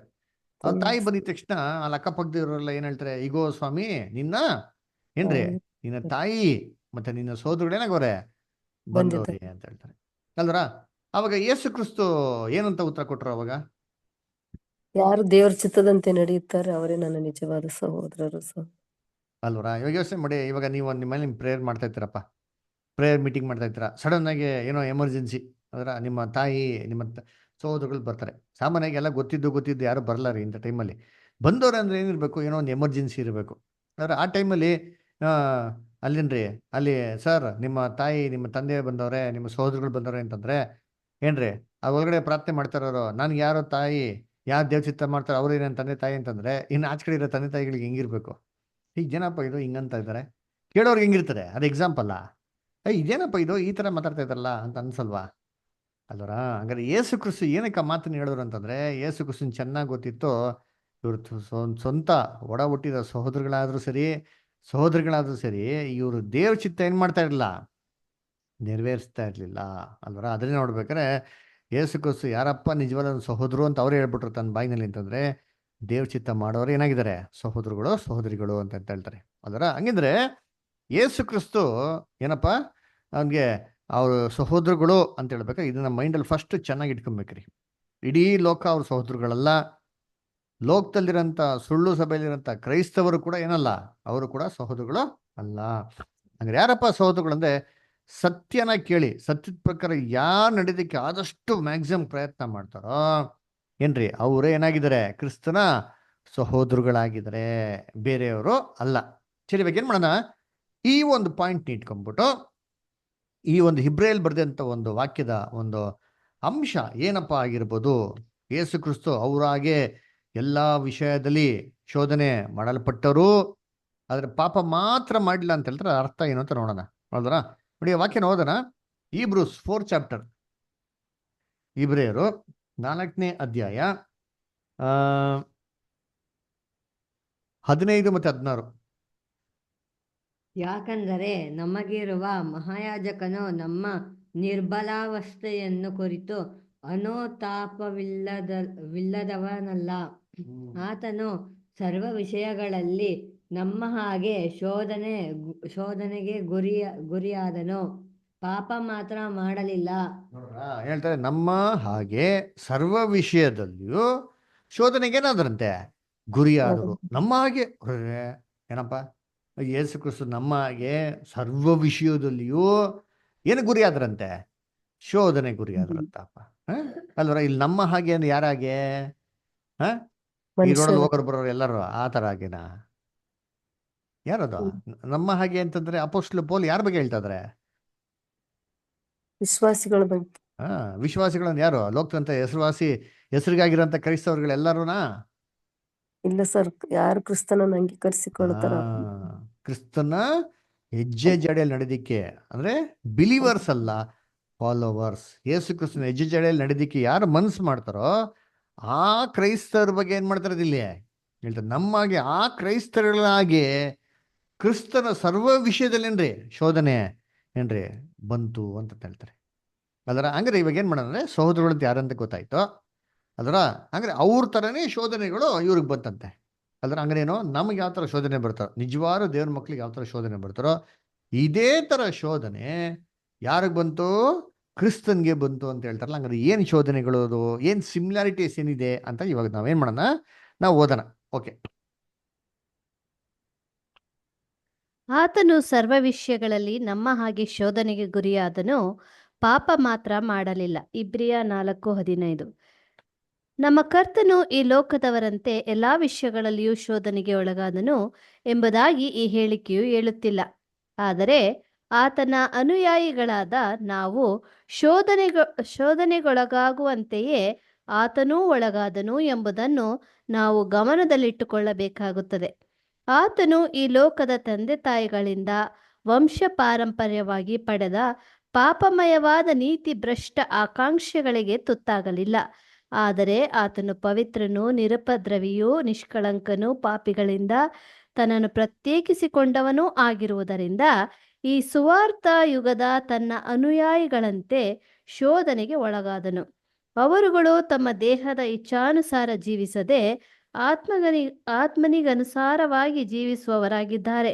ಅವರುಗಳು ತಮ್ಮ ದೇಹದ ದೌರ್ಬಲ್ಯಗಳಿಗನುಸಾರವಾಗಿ ಅಲ್ಲ, ತಮ್ಮ ಮನಸ್ಸಿನ ಆತ್ಮಕ್ಕನುಸಾರವಾಗಿ, ಅವರ ನೂತನ ಚಿತ್ತಕ್ಕನುಸಾರವಾಗಿ, ನೂತನ ಹೃದಯಕ್ಕನುಸಾರವಾಗಿ ನಿರ್ಣಯಿಸಲ್ಪಡುವವರಾಗಿದ್ದಾರೆ. ರೋಮಾಯ 8:4, 2 ಕೊರಿಂಥ 5:16, ಯೋಹಾನ 8:15. Thank you. ತನ್ನ ಕರ್ತನಲ್ಲಿ ಪ್ರೀತಿ ಅಂತ ಸೋದರಗಳು ನೋಡ್ಬೇಕ್ರೆ ಈ ಒಂದು ವಾಕ್ಯದಂತ ಹೇಳಂತ ರೀತಿಯಲ್ಲಿ ಯೇಸು ಕ್ರಿಸ್ತು ಇಡೀ ಲೋಕೋತ್ತರ ಶೋಧನೆ ಹೊಂದಿದ್ರಾ ಅಂದ್ರೆ ಇಲ್ಲ ರೀ. ಲೋಕಕ್ಕೆ ಬರೋಂಥ ಎಲ್ಲ ಶೋಧನೆಗಳು ಯಾರ ಮೇಲೆ ಬರಲಿಲ್ಲ? ಯೇಸು ಕ್ರಿಸ್ತ ಮೇಲೆ ಬರಲಿಲ್ಲ ಅಲ್ವರ. ಸೊ ಯೇಸು ಕ್ರಿಸ್ತು ಏನ್ರಿ ತನ್ನ ಹಿಂಬಾಲಕರಿಗೆ ಯಾವ ಥರ ಶೋಧನೆ ಬಂತೋ ಇವೆಲ್ಲ ಶೋಧನೆಗಳು ಏನಿದಂತೆ ಅವ್ರಿಗೆ ಬಂತು ಅಂತ ಹೇಳ್ತಾರೆ ಅಲ್ವರ. ಇವಾಗ ಎಕ್ಸಾಂಪಲ್ ತೊಗೊಂಡ್ರೆ ಯೇಸು ಕ್ರಿಸ್ತನ ನಿಜಗಳಲ್ಲಿ ಹಿಂಬಾಲಿಸೋರು ಯಾರು? ಪೇತ್ರ ತೊಗೊಳೋಣ, ಯೋಹಾನ ತೊಗೊಳೋಣ, ಯಾಕೋಬ ತೊಗೊಳೋಣ, ಇನ್ನು ಮಿಕ್ಕಿದ್ದು ಅಪೋಸ್ತಲರು ಎಲ್ಲ ಇದ್ರು. ಯೂದಾಸ್ ಇಸ್ಕರಿಯೋಟೆ ತಗೊಳೋಣಪ್ಪ. ಅದರ ಅವರು ಏನ್ರಿ ಆತ್ಮಹತ್ಯೆ ಮಾಡ್ಕೊಳಕ್ಕಿಂತ ಮುಂಚೆನೂ ಕೂಡ ಏನಾಗಿದೆ ಕ್ರಿಸ್ತನ ಶಿಷ್ಯನಾಗಿರು. ಅಂದ್ರೆ ಇವರೆಲ್ಲ 12 ಜನಗಳಿಗೆ ಏನೆಲ್ಲ ಶೋಧನೆ ಬಂತೋ ಇವೆಲ್ಲ ಶೋಧನೆಗಳು ಕ್ರಿಸ್ತನ್ಗೆ ಬಂತ ಅಂತ ಒಂದು ಥಿಂಕ್ ಮಾಡ್ದ ಅಂತಂದ್ರೆ ನೋಡಿ, ಈ ಎಲ್ಲ ಶಿಷ್ಯರುಗಳು ಪಾಪಿಯಾಗಿದ್ರು ಅದರ. ಅವ್ರನ್ನಲ್ಲಿ ಏನಾಗಿತ್ತು? ಬಲಹೀನತೆಗಳೇನಾಗಿತ್ತು? ಇತ್ತು ಅದರ. ಅವರ ಪಾಪದಿಂದ ಬಂದಿರಂಥ ಮನುಷ್ಯರಾಗಿರೋಂಥ ಅಂತ ಎಲ್ಲ ಲೋಪದೋಷಗಳು ಏನಾಗಿತ್ತು? ಇತ್ತು ಅದರ. ಕುಂದುಗಳಿತ್ತು, ಕೊರತೆಗಳಿತ್ತು ಅದರ. ಅಂದ್ರೆ ಇವೆಲ್ಲ ಶೋಧನೆಗಳು ಯೇಸು ಕ್ರಿಸ್ತನ್ಗೆ ಬಂತ ಅಂದ್ರೆ ಒಂದು ಪಾಪದ ದೇಹವಾಗಿರೋಂಥ ಒಂದು ಶರೀರದಲ್ಲಿ, ಆ ದೇಹದಲ್ಲಿ ಪಾಪ ಮಾಡೋಕ್ಕಿರೋಂಥ ಎಲ್ಲ ಆಸ್ಪದಗಳಿರ್ತಾರ, ಈ ಆ್ಯಂಗಲಲ್ಲಿ ಕ್ರಿಸ್ತನಿಗೆ ಶೋಧನೆ ಬಂತಾ ಅಂತ ನೋಡ್ಬೇಕಾದ್ರೆ ಖಂಡಿತವಾಗೂ ಇಲ್ಲ ರೀ ಅದರ. ಈ ಫ್ಲೆಶ್ಲಿ ಟೆಂಪ್ಟೇಷನ್ ಒಬ್ಬ ಮಾಂಸದಂಥ ವ್ಯಕ್ತಿಗೆ ಏನು ಬರ್ತದೋ ಈ ಥರ ಶೋಧನೆಗಳು ಏನಾಗಿಲ್ಲ, ಕ್ರಿಸ್ತನಿಗೆ ಬರಲಿಲ್ಲ. ಮತ್ತು ಯಾವ ಥರ ಶೋಧನೆ ಬಂತು ಅಂದರೆ ಇದೆಲ್ಲ ಬಂದ್ಬಿಟ್ಟು ಏನ್ರಿ ಆತ್ಮಿಕವಾದದ್ದು ಅಂತ ಹೇಳ್ತಾರೆ. ಆತ್ಮಿಕವಾದದ್ದು ಅಂತ ಹೇಳಿದ ತಕ್ಷಣ ನಮ್ಗೇನು ಅನ್ಸ್ಬಿಡ್ತಾರೆ, ಏನೋ ಒಂಥರ ಅಯ್ಯೋ ಏನೋ ಡಿಫ್ರೆಂಟ್, ಇನ್ನೊಂದು ಏನೋ ಮನುಷ್ಯನ ಥರನಾ ಅಂತ ಅಲ್ಲ ರೀ. ಆತ್ಮಿಕವಾದದ್ದು ಅಂತಂದರೆ ಏನ್ರಿ ನಮ್ಮ ಇನ್ನೊಂದು ಹೇಳ್ಬೇಕಾದ್ರೆ ನಮ್ಮ ಮಾನಸಿಕವಾದದ್ದು ಒಂದು ಶೋಧನೆಗಳಿಗೆ ಜಾಸ್ತಿ. ಅಂದರೆ ನಮ್ಮ ದೇಹದಲ್ಲಿ ಬರೋಂಥ ಒಂದು ಶೋಧನೆಗಿಂತ ಯೇಸು ಕ್ರಿಸ್ತನಿಗೆ ಅಧಿಕವಾಗಿ ಶೋಧನೆ ಬಂದಿದ್ದೆಲ್ಲಪ್ಪ ಅಂತಂದರೆ ತನ್ನ ಜ್ಞಾನ, ಬುದ್ಧಿ, ತಿಳುವಳಿಕೆ, ಯೋಚನೆ, ಆಲೋಚನೆಗಳೇನೇನ್ರಿ ಸಿಕ್ಕಾಪಟ್ಟೆ ಶೋಧನೆ ಅಲ್ರ. ಯಾಕೆ ಅಂತಂದರೆ ಯೇಸು ಕ್ರಿಸ್ತ ಒಬ್ಬ ಪರ್ಫೆಕ್ಟ್ ಬೀಯಿಂಗ್. ಅವ್ನು ನೋಡೋಂಥ ಎಲ್ಲ ದೃಷ್ಟಿಕೋನ ಹೆಂಗಿತ್ತಂದರೆ ಪರಿಪೂರ್ಣವಾಗಿತ್ತಂತೆ ಅಲ್ವರ. ಆ ಒಬ್ಬ ಮನುಷ್ಯನ ದೃಷ್ಟಿಕೋನದಲ್ಲಿ ಇರಬೇಕಾದ್ರೆ ಅವ್ರಿಗೆ ನೋಡುವಂಥ ವಿಚಾರಗಳಲ್ಲಿ ಒಂದೊಂದು ಆಲೋಚನೆಗಳು ಮನಸ್ಸಲ್ಲಿ ಬರ್ತಾ ಇತ್ತಲ್ಲ, ಇದೆಲ್ಲ ಹೇಗಿತ್ತು? ಯೇಸು ಕ್ರಿಸ್ತನಿಗೆ ವಿಭಿನ್ನವಾಗಿರೋಂಥ ಶೋಧನೆ ಅಲ್ವರ. ನೋಡ್ರಿ, ಇವಾಗ ನಾವು ಒಂದು ವಸ್ತು ನೋಡ್ಬಿಟ್ಟು ಅದರಲ್ಲಿ ನಮ್ಮಲ್ಲಿ ಹುಟ್ಟೋಂಥ ಒಂದು ಆಲೋಚನೆಗೂ ಕ್ರಿಸ್ತನಲ್ಲಿ ಒಂದು ವ್ಯಕ್ತಿ ನೋಡ್ಬಿಟ್ಟು ಅಥವಾ ಒಂದು ವಸ್ತು ನೋಡಿದ ತಕ್ಷಣ ಕ್ರಿಸ್ತನ ಹುಟ್ಟಂಥ ಆಲೋಚನೆಗೆ ಏನಿದೆ? ವ್ಯತ್ಯಾಸ ಇದೆ ಅಲ್ವರ. ಇವಾಗ ನಾವು ಏನೋ ಒಂದು ವಿಚಾರ ನೋಡಿದವಾಗ ನಮಗೆ ಮೋಹ ಬರ್ತದೆ ಆಸೆ ಬರ್ತದೆ ಅಲ್ವರ. ಆದರೆ ಕ್ರಿಸ್ತನಿಗೆ ಏನಾಗಲಿಲ್ಲ ಈ ಥರ ಆಸೆಗಳು ಮೋಹಗಳು ಬರಲಿಲ್ಲ. ಆದರೆ ಅವ್ರ ಮನಸ್ಸಲ್ಲಿ ಏನಿತ್ತು, ಶೋಧನೆಗಳೇನಾಯ್ತು ಬಂತು. ಹೇಗೆ ಅದನ್ನೇ ನಾವೇನು ಮಾಡೋಣ ಓದೋಣ. ಅದಕ್ಕಿಂತ ಮುಂಚೆ ಕೆಲವೊಂದು ವಾಕ್ಯಗಳು ಓದೋಣ ನೋಡ್ತೀನಿ. ಇಲ್ಲಿ ರೋಮಾಪುರದಲ್ಲಿ 8ನೇ ಅಧ್ಯಾಯ 4ನೇ ವಾಕ್ಯ.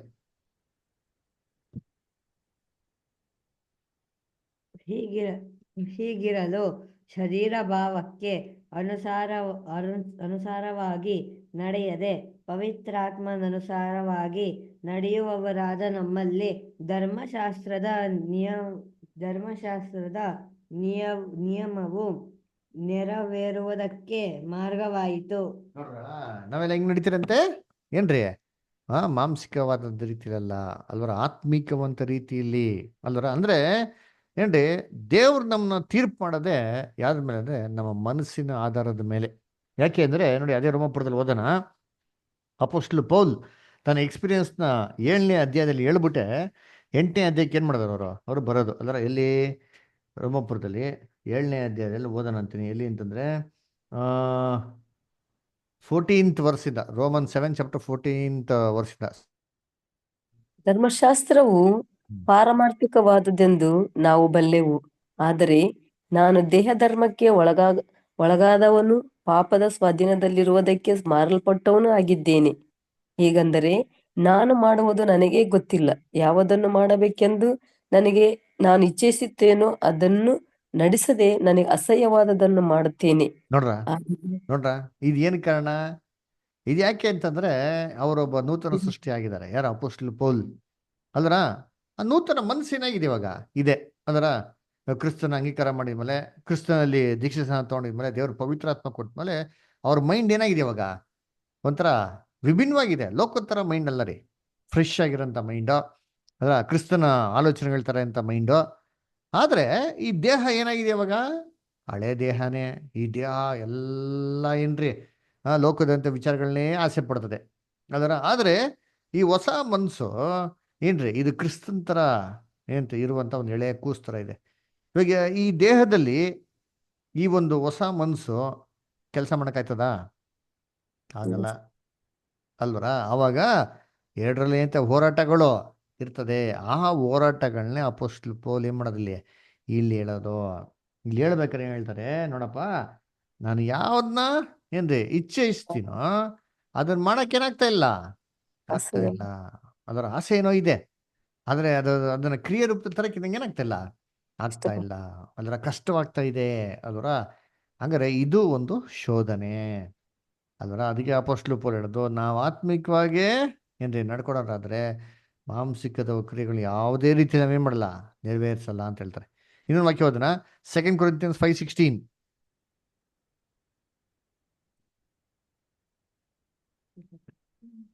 ಹೀಗಿರಲಾಗಿ ಇಂದಿನಿಂದ ನಾವು ಯಾರನ್ನು ಶರೀರ ಸಂಬಂಧವಾಗಿ ಅರಿತುಕೊಳ್ಳುವುದಿಲ್ಲ. ಕ್ರಿಸ್ತನನ್ನು ಕೂಡ ನಾವು ಶರೀರ ಸಂಬಂಧವಾಗಿ ತಿಳಿದಿದ್ದರೂ ಇನ್ನು ಮುಂದೆ ಆತನನ್ನು ಹಾಗೆ ತಿಳಿದುಕೊಳ್ಳುವುದಿಲ್ಲ. ಅದಕ್ಕೆ ಹೇಳೋದು ಏನ್ರಿ, ನಾವು ಶರೀರ ಸಂಬಂಧವಾಗಿ ಇವನ್ನ ಕ್ರಿಸ್ತನು ಕೂಡ ಏನ್ ಮಾಡೋದಿಲ್ಲ, ತಿಳ್ಕೊಳ್ಳೋದಿಲ್ಲ ಅಂತ. ನೂತನ ಸೃಷ್ಟಿನೇ ಮೇನ್. ಇನ್ನೊಂದು ವಾಕ್ಯ ಓದೋಣ ಅಂತೀನಿ. ಇಲ್ಲಿ ಯೋಹಾನ 8:15.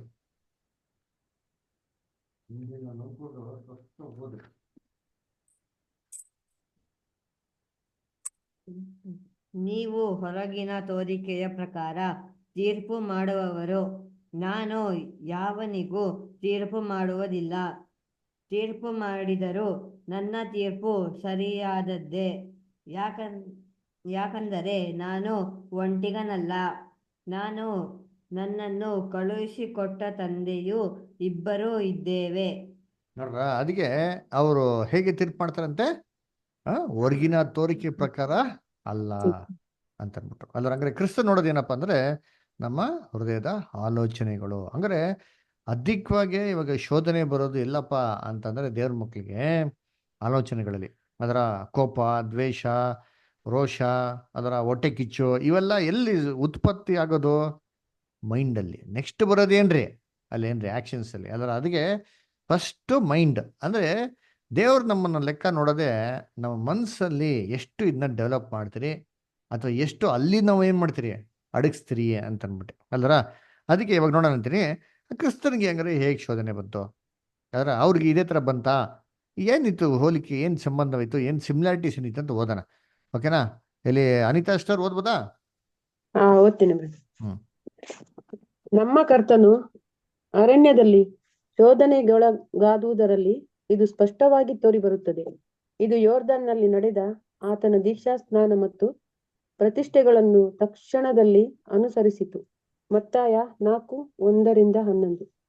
ಇದು ನಾವು ಎಲ್ಲಿ ನೋಡ್ಬೋದು ಅಂದ್ರೆ, ಯೇಸು ಕ್ರಿಸ್ತನಿಗೆಲ್ಲಪ್ಪ ಶೋಧನೆ ಬಂತು ಅಂತಂದ್ರೆ, ನಮ್ಗೆಲ್ಲರಿಗೂ ಚೆನ್ನಾಗಿ ಗೊತ್ತಿರಂಗೆ ಯೇಸು ಕ್ರಿಸ್ತು ಏನ್ರಿ ಬ್ಯಾಪ್ಟಿಸಮ್ ತೊಗೊಂಡಿದ ತಕ್ಷಣ ಏನಾಯ್ತು ಅವ್ರಿಗೆ?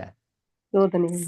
ಶೋಧನೆ ಬಂತು ಅಲ್ವರ. ಅದಕ್ಕೆ ಏನ್ರಿ ಎಷ್ಟೋ ಜನ ಏನಾಗಿರ್ತಾರೆ ಗೊತ್ತಾ, ಚೆನ್ನಾಗಿರ್ತಾರೆ, ಲೋಕದೆಲ್ಲ ಚೆನ್ನಾಗಿರ್ತಾರೆ, ಬ್ಯಾಬಿಲೋನಲ್ಲಿ ಚೆನ್ನಾಗಿರ್ತಾರೆ, ಸುಳ್ಳು ಸಭೆಗಳೆಲ್ಲ ಚೆನ್ನಾಗಿರ್ತಾರೆ, ಏನು ತೊಂದರೆ ಇರಲ್ಲ. ಯಾವಾಗ ಸತ್ಯತೆ ಮೇಲೆ ಕಾನ್ಸಂಟ್ರೇಷನ್ ಮಾಡ್ಕೊಂತಾರೆ ಅಂತೀನಿ, ಅವಾಗ ಇಲ್ಲಿದೆಲ್ಲ ಪ್ರಾಬ್ಲಮ್ಗಳು ಏನಾಗ್ಬಿಡೋದು, ಶುರು ಆಗ್ಬಿಡೋದು. ಅಫ್ಕೋರ್ಸ್ ಕರೆಕ್ಟು, ನಾವು ಸರಿಯಾದ ದೇವ್ರ ಮಾರ್ಗದಲ್ಲಿ ಇದ್ರಿ ಅಂತ ಇದೇ ಸಾಕ್ಷಿ ರೀ. ಏನಕ್ಕಪ್ಪ ಸಾಕ್ಷಿ ಅಂತಂದ್ರೆ, ಕ್ರಿಸ್ತನಿಗೂ ಇದೇ ಅನುಭವ ಏನಾಗಿದೆ ಇವಾಗ ಆಗಿದೆ. ನೋಡಿ, ಸೇತಾನು ಏನಪ್ಪ ಯೇಸು ಕ್ರಿಸ್ತು ಬ್ಯಾಪ್ಟಿಸಮ್ ತೊಗೊಳಕ್ಕೆ ಎಲ್ಲೋಗಿದ್ದ? ನಾವು ಯೋಚನೆ ಮಾಡಿ, ಅಲ್ಲಿ ವಾಕ್ಯದಲ್ಲಿ ನಾವೇನು ನೋಡ್ತೀರಿ, ನಾವು ಓದೋಣ ಇವಾಗ ಸ್ವಲ್ಪ ಹೊತ್ತು ಓದೋಣ. ಮತ್ತಾಯ 4ನೇ ಅಧ್ಯಾಯಲ್ಲಿ ಎಲ್ಲ ತೆಗೆದಿಟ್ಕೊಳ್ಳಿ ಬೈಬಲ್ನ. ಅಲ್ಲಿ ಏನು ಹೇಳ್ತಾರೆ ಅಂದರೆ, ಅಲ್ಲಿ ಯೇಸು ಕ್ರಿಸ್ತು ಅಡವಿಗಾಗಿ ಒಯ್ಯಲ್ಪಟ್ಟನು ಅಂತ ಅಂದ್ಬಿಟ್ಟು ಹೇಳ್ತಾರೆ. ಅದರ ಶೋಧನೆಗಾಗಿ ಅಂತ, ಶೋಧಿಸಲಿಕ್ಕಾಗಿ ಅಂತ ಬಿಟ್ಟಿದ್ರ. ಸರಿ, ಸೇತಾನು ಯಾಕೆ ಬ್ಯಾಪ್ಟಿಸಮ್ ತೊಗೊಂಡ್ಮೇಲೆ ಬರಬೇಕು? ಅದಕ್ಕಿಂತ ಮುಂಚೆ ಎಲ್ಲ ಹೋಗಿದ್ದ ಅವನು ಅಲ್ವರ? 30 ಇಯರ್ಸ್ ಇದಲ್ಲ ಯೇಸು ಕ್ರಿಸ್ತು, ಅವನ್ನ ಅವಾಗೇನೋ ಪ್ಲಾನ್ ಮಾಡಿ ಏನೋ ಸಾಯ್ಸಾಕ್ ಕೊಡ್ಬೋದಲ್ವಾ? ಅವಾಗ ಈ ಶೋಧನೆ ಕೊಡ್ಬೋದಾಯ್ತಲ್ಲ, ಇನ್ನು ಮೆಚೂರಿಟಿ ಇಲ್ಲ ಅಲ್ವರ. ಅವಾಗ ಏನು ಮಾಡ್ಬೋಯ್ತು, ಅವ್ನು ಟ್ಯಾಕಲ್ ಮಾಡಿ ಏನು ಮಾಡ್ಬೋಯ್ತಲ್ಲ, ಅಲ್ಲಿ ಮಾಡ್ಬೋಯ್ತಲ್ವಾ? ಯಾಕೆ? ಯಾಕೆಂದ್ರೆ ಸೇತಾನಿಗೆ ನೂತನ ಸೃಷ್ಟಿನೇ ಮೇನ್ ರೀ ಅಲ್ವರ. ಇದು ಓದನ್ ಇವಾಗ ಅಂತೀನಿ ಅಲ್ವರ. ಇದೇ ಪ್ರಕಾರ ಯಾರು ಸತ್ಯಕ್ಕಾಗಿ ನಿಲ್ತ್ಕೊಂತಾರೆ, ಸತ್ಯಕ್ಕಾಗಿ ಬರ್ತಾರೆ, ನಾನು ಸತ್ಯಕ್ಕಾಗಿ ಬಾಳ್ತೀನಿ ಅಂತಂತಾರೋ ಅವಾಗೇ ಏನ್ರಿ ಡೇಂಜರ್ ಅಲ್ವರ. ಇದು ಹೇಗೆ ಬರ್ತಾರೆ ಅದರ, ಹೆಂಗ್ ಬಂತು ಯೇಸು ಕ್ರಿಸ್ತನಿಗೆ, ಇವಾಗ ನಾವೇನು ಮಾಡಿ ಕಂಪೇರ್ ಮಾಡಿ ಓದೋಣ. ಓಕೆ ಸಿಸ್ಟರ್, ಕಂಟಿನ್ಯೂ ಮಾಡಿ ಅನಿತಾ ಸ್ಟಾರ್. ಮೊದಲನೇದಾಗಿ, ಆಗ ತಾನೇ ಆತನು ಯೋರ್ದಾನಿನಲ್ಲಿ ಪಡೆಕೊಂಡ ದೇವರ ಶಕ್ತಿಯನ್ನು ತನಗಾಗಿ ಬಳಸಿಕೊಂಡು ಕಲ್ಲುಗಳನ್ನು ರೊಟ್ಟಿಗಳನ್ನಾಗಿ ಮಾಡಬೇಕೆಂಬ ಸೈತಾನನಿಂದ ಬಂದ ಪ್ರಲೋಭನೆ. ಇದು ವಂಶಪಾರಂಪರ್ಯವಾದ ಅಥವಾ ಅಸಮರ್ಪಕತೆಯ ಸಂಬಂಧಿಸಿದ ಯಾವ ಮಟ್ಟದ ಸುಳಿವಿನಲ್ಲಿ ಕಂಡುಬರುವ ಪ್ರಲೋಭನೆಯಲ್ಲ. ನಮ್ಮ ಕರ್ತನು 40 ದಿನಗಳವರೆಗೆ ಆಹಾರವಿಲ್ಲದೆ ದೇವರ ಯೋಜನೆಯನ್ನು ಅಧ್ಯಯನ ಮಾಡುವವನಾಗಿದ್ದನು. ಆತನು ಆಗ ತಾನೇ ಪಡೆದ ಪವಿತ್ರಾತ್ಮನ ಜ್ಞಾನೋದಯದ ಬೆಳಕಿನಲ್ಲಿ ಆತನು ಈ ಲೋಕಕ್ಕೆ ಬಂದ ಗುರಿಯ ನೆರವೇರುವಿಕೆಗೆ, ಅಂದರೆ ಲೋಕದ ವಿಮೋಚನೆಗೆ ತನ್ನ ಮುಂದಿನ ಜೀವಿತ ಹೇಗಿರಬೇಕೆಂದು ನಿರ್ಧರಿಸಿ ಬಯಸುವವನಾಗಿದ್ದನು. ಆತನ ಮೇಲೆ ಅನುಗ್ರಹಿಸಲ್ಪಟ್ಟ ಮತ್ತು ಆತನು ಅದು ತನ್ನ ವಶದಲ್ಲಿರುವುದೆಂದು ಗ್ರಹಿಸಿರುವ ಆತ್ಮಿಕ ಶಕ್ತಿಯನ್ನು ಉಪಯೋಗಿಸಬೇಕೆಂಬ ಸಲಹೆಯು ಮೊದಲಿನ ಆಲೋಚನೆಗೆ ಸಮಂಜಸವೆಂದು ತೋರಿಬರುತ್ತದೆ. ಆದರೆ ನಮ್ಮ ಕರ್ತನು ಅಂಥ ಉಪಯೋಗಿಸುವಿಕೆಯು ಅದರ ದುರುಪಯೋಗವಾಗುತ್ತದೆ, ಉದ್ದೇಶಿತ ಕಾರ್ಯಕ್ಕಾಗಿ ಕೈಗೊಳ್ಳುವ ಉಪಯೋಗವಾಗುವುದಿಲ್ಲ ಎಂಬುದನ್ನು ತಕ್ಷಣದಲ್ಲಿ ಗ್ರಹಿಸಿಕೊಂಡನು. ಈ ಕಾರಣದಿಂದ ಆತನು ಆ ಸಲಹೆಯನ್ನು ತಿರಸ್ಕರಿಸುತ್ತಾ, ಮನುಷ್ಯರು ಆಹಾರ ಮಾತ್ರದಿಂದಲ್ಲ, ಕರ್ತನ ಬಾಯಿಂದ ಹೊರಡುವ ಪ್ರತಿಯೊಂದು ಮಾತಿನಿಂದಲೂ ಬದುಕುತ್ತಾರೆ, ಮತ್ತಾಯ 4:4 ಎಂಬ ಧರ್ಮಶಾಸ್ತ್ರದ ಮಾತುಗಳನ್ನು ಹೇಳುವವನಾಗಿದ್ದಾನೆ. ಕರ್ತನ ಸಹೋದರಗಳಿಗೆ ಕೆಲವೊಮ್ಮೆ ಆತ್ಮಿಕ ವರಗಳನ್ನು ಪ್ರಾಪಂಚಿಕ ಹಿತಾಸಕ್ತಿಗಳಿಗಾಗಿ ಉಪಯೋಗಿಸುವಂತೆ ಇದೇ ತೆರನಾದ ಪ್ರಲೋಭನೆ ವಿರೋಧಿಯಿಂದ ಉಂಟಾಗುವುದುಂಟು. ಇಂಥ ಸಲಹೆಗಳು ವಿಶ್ವಾಸಘಾತಕವಾದವುಗಳು ಮತ್ತು ದೇವರಿಂದ ಪ್ರತಿಷ್ಠೆಗೊಂಡ ವ್ಯಕ್ತಿಗಳು ವಿರೋಧಿಯಿಂದ ದೇವರ ಆಶೀರ್ವಾದಗಳನ್ನು ಆಗಾಗ್ಗೆ ಹೆಚ್ಚೆಚ್ಚಾಗಿ ದುರುಪಯೋಗಪಡಿಸಿಕೊಂಡು ಮಾರ್ಗ ತಪ್ಪುವಂತೆ ಮಾಡುವ ಮಾರ್ಗಗಳಾಗಿವೆ.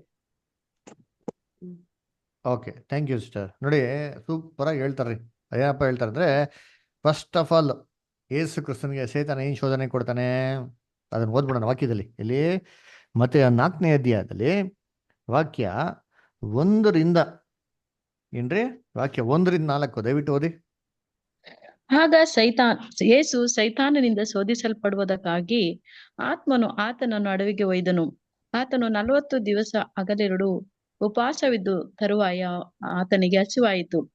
ಆಗ ಆ ಶೋಧಕನು ಆತನ ಬಳಿಗೆ ಬಂದು, ನೀನು ದೇವರ ಮಗನಾಗಿದ್ದರೆ ಈ ಕಲ್ಲುಗಳು ರೊಟ್ಟಿ ಆಗುವಂತೆ ಅಪ್ಪಣೆ ಕೊಡು ಎಂದು ಹೇಳಲು, ಆತನು, ಮನುಷ್ಯನು ರೊಟ್ಟಿ ತಿಂದ ಮಾತ್ರದಿಂದ ಬದುಕುವುದಿಲ್ಲ, ದೇವರ ಬಾಯಿಂದ ಹೊರಡುವ ಪ್ರತಿಯೊಂದು ಮಾತಿನಿಂದಲೂ ಬದುಕುವನು ಎಂದು ಬರೆದದೆ ಅಂದನು.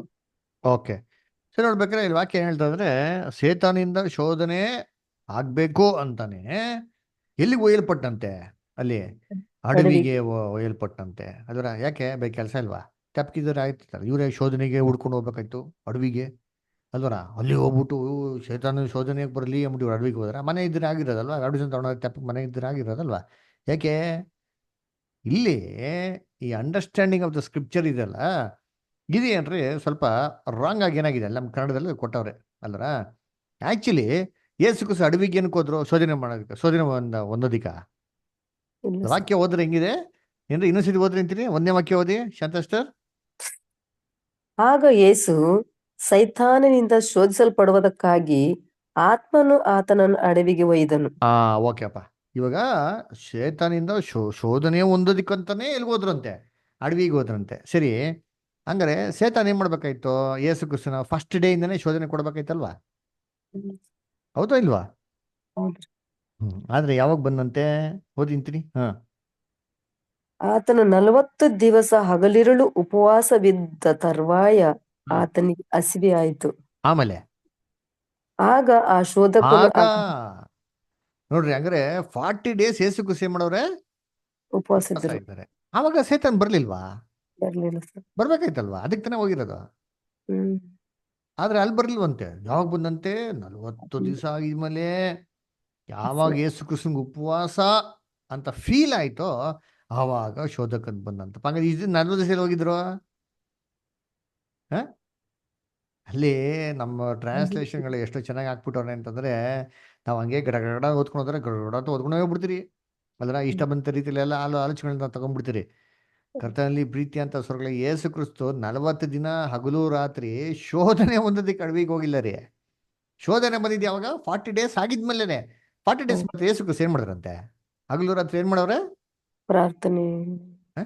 ಉಪವಾಸವಿದ್ದರು. ಅಲ್ಲೇನ್ ಕೊಟ್ಟವ್ರೆ? ಹಸಿವೆ ಆಯ್ತು ಸರ್. ಅಲ್ಲಲ್ಲ, ವಾಕ್ಯದಲ್ಲಿ ಏನ್ ಕೊಟ್ಟವ್ರೆ? 40 ದಿವಸ ಹಗಲಿರುಳು ಉಪವಾಸವಿದ್ದ ತರುವಾಯ. ಉಪವಾಸ ಇದ್ರಂತೆ. ಸರಿ, ಯಾಕಪ್ಪ ಯೇಸು ಕ್ರಿಸ್ತು 40 ದಿವಸ ಉಪವಾಸ ಇರ್ಬೇಕಾಗಿತ್ತು? ಸರಿ, ಯೇಸು ಕ್ರಿಸ್ತು ಏನ್ರಿ ಉಪವಾಸ ಇಲ್ಲಿ ಕೊಟ್ಟಿದ್ದಲ್ಲ 40 ದಿವಸ ಉಪವಾಸ ಅಂದ್ಬಿಟ್ಟು, ಇದು ಬಿಟ್ಟು ಬೇರೆ ಎಲ್ಲಾರು ಯೇಸು ಕ್ರಿಸ್ತು ಉಪವಾಸ ಇರೋದು ಐತಾ ಬೈಬಲಲ್ಲಿ? ಆಯ್ತಾ? 40 ದಿವಸ ಬೈಬಲ್ ಅಲ್ಲಿ ಇದಿದೆ ಸರ್. 40 ದಿವಸ ಮೋಶೆ ಹಗಲು ಇರುಳು ಇಲ್ಲಿ ಯೇಸು ಕ್ರಿಸ್ತು ಉಪವಾಸ ಇದ್ರಪ್ಪ, ಕರೆಕ್ಟ್. ಅದು ಯೇಸು ಕ್ರಿಸ್ತು, ಬೇರೆಯವ್ರೆಲ್ಲ ಬಿಟ್ಬಿಡಿ, ಮೋಸೆ ಎಸ್ತರು ಗಿಸ್ತರು ಅದೆಲ್ಲ ಬೇಡ. ಯೇಸು ಕ್ರಿಸ್ತು ಇದು ಬಿಟ್ಟು ಬೇರೆ ಎಲ್ಲಾರು ಉಪವಾಸ ಇರೋದೈತಾ? ಇಲ್ಲ ಬ್ರದರ್. ಮಾಡಿಲ್ಲ, ಫಸ್ಟ್ ಟೈಮ್ ಅದು. ಇದೇ ಫಸ್ಟ್, ಇದೇ ಲಾಸ್ಟ್. ಫಸ್ಟ್ ಟೈಮ್ ಏನ್ ಮಾಡ್ರು? ಯಾಕೆ ಅವ್ರು ಉಪವಾಸ ಮಾಡಿದ್ರು? ಇದೇ ಆಲ್ಫಾ ಒಮೆಗಾ. ಇನ್ ಯಾಕೆ ಮಾಡ್ಲಿಲ್ಲ ಅದಕ್ಕೆ ಕ್ವಶನ್ ಹಾಕ್ಬೇಕು ಫಸ್ಟ್. ಯಾಕೆ ಮಾಡಿದ್ರು ಅಂತ ಹೇಳೋದಕ್ಕಿಂತ ಯಾಕಪ್ಪ ಮಾಡ್ಲಿಲ್ಲ ಅಂತ ನೋಡಿದ್ರೆ ನಮ್ಗೆ ಗೊತ್ತಾಯ್ತದೆ ಅಲ್ವರ? ಇದನ್ನ ಇಟ್ಕೊಂಡ್ಬಿಟ್ಟು ಸಭೆಯಲ್ಲಿ ಏನ್ ಮಾಡ್ತಾರೆ? ಉಪವಾಸ ಮಾಡೋದು, ಚಪ್ಪಳೆ ತಟ್ಟೋದು, ಗೊಳೆ ಹಾಕೊಳೋದು, ಗುಳೋ ಅಂತ ಅಳೋದು, ಆಡಾಡೋದು, ಏನ್ರಿ ಉಪವಾಸ ಉಪವಾಸ ಅಂತ ಅಂದ್ಬಿಟ್ಟು ಏನ್ ಮಾಡೋದು? ಆಯ್ತಪ್ಪ ಸರಿ, ಯೇಸು ಕ್ರಿಸ್ತು ಈ ತರ ಎಷ್ಟು ಸತಿ ಮಾಡವ್ರೆ? ಇಲ್ವಲ್ಲ, ಒಂದೇ ಸತಿ, ಫಸ್ಟ್ ಆ್ಯಂಡ್ ಲಾಸ್ಟ್. ಯಾಕೆ ಹಂಗಾರೆ? ಏನೋ ವಿಚಾರ ಆಗಿರ್ಬೇಕಲ್ಲಿ ಅಲ್ವರ? ಅದಕ್ಕೆ ಏನ್ ಮಾಡೋದು? ಯೇಸು ಕ್ರಿಸ್ತು ಉಪವಾಸ ಮಾಡವ್ರೆ ಅಲ್ವರ?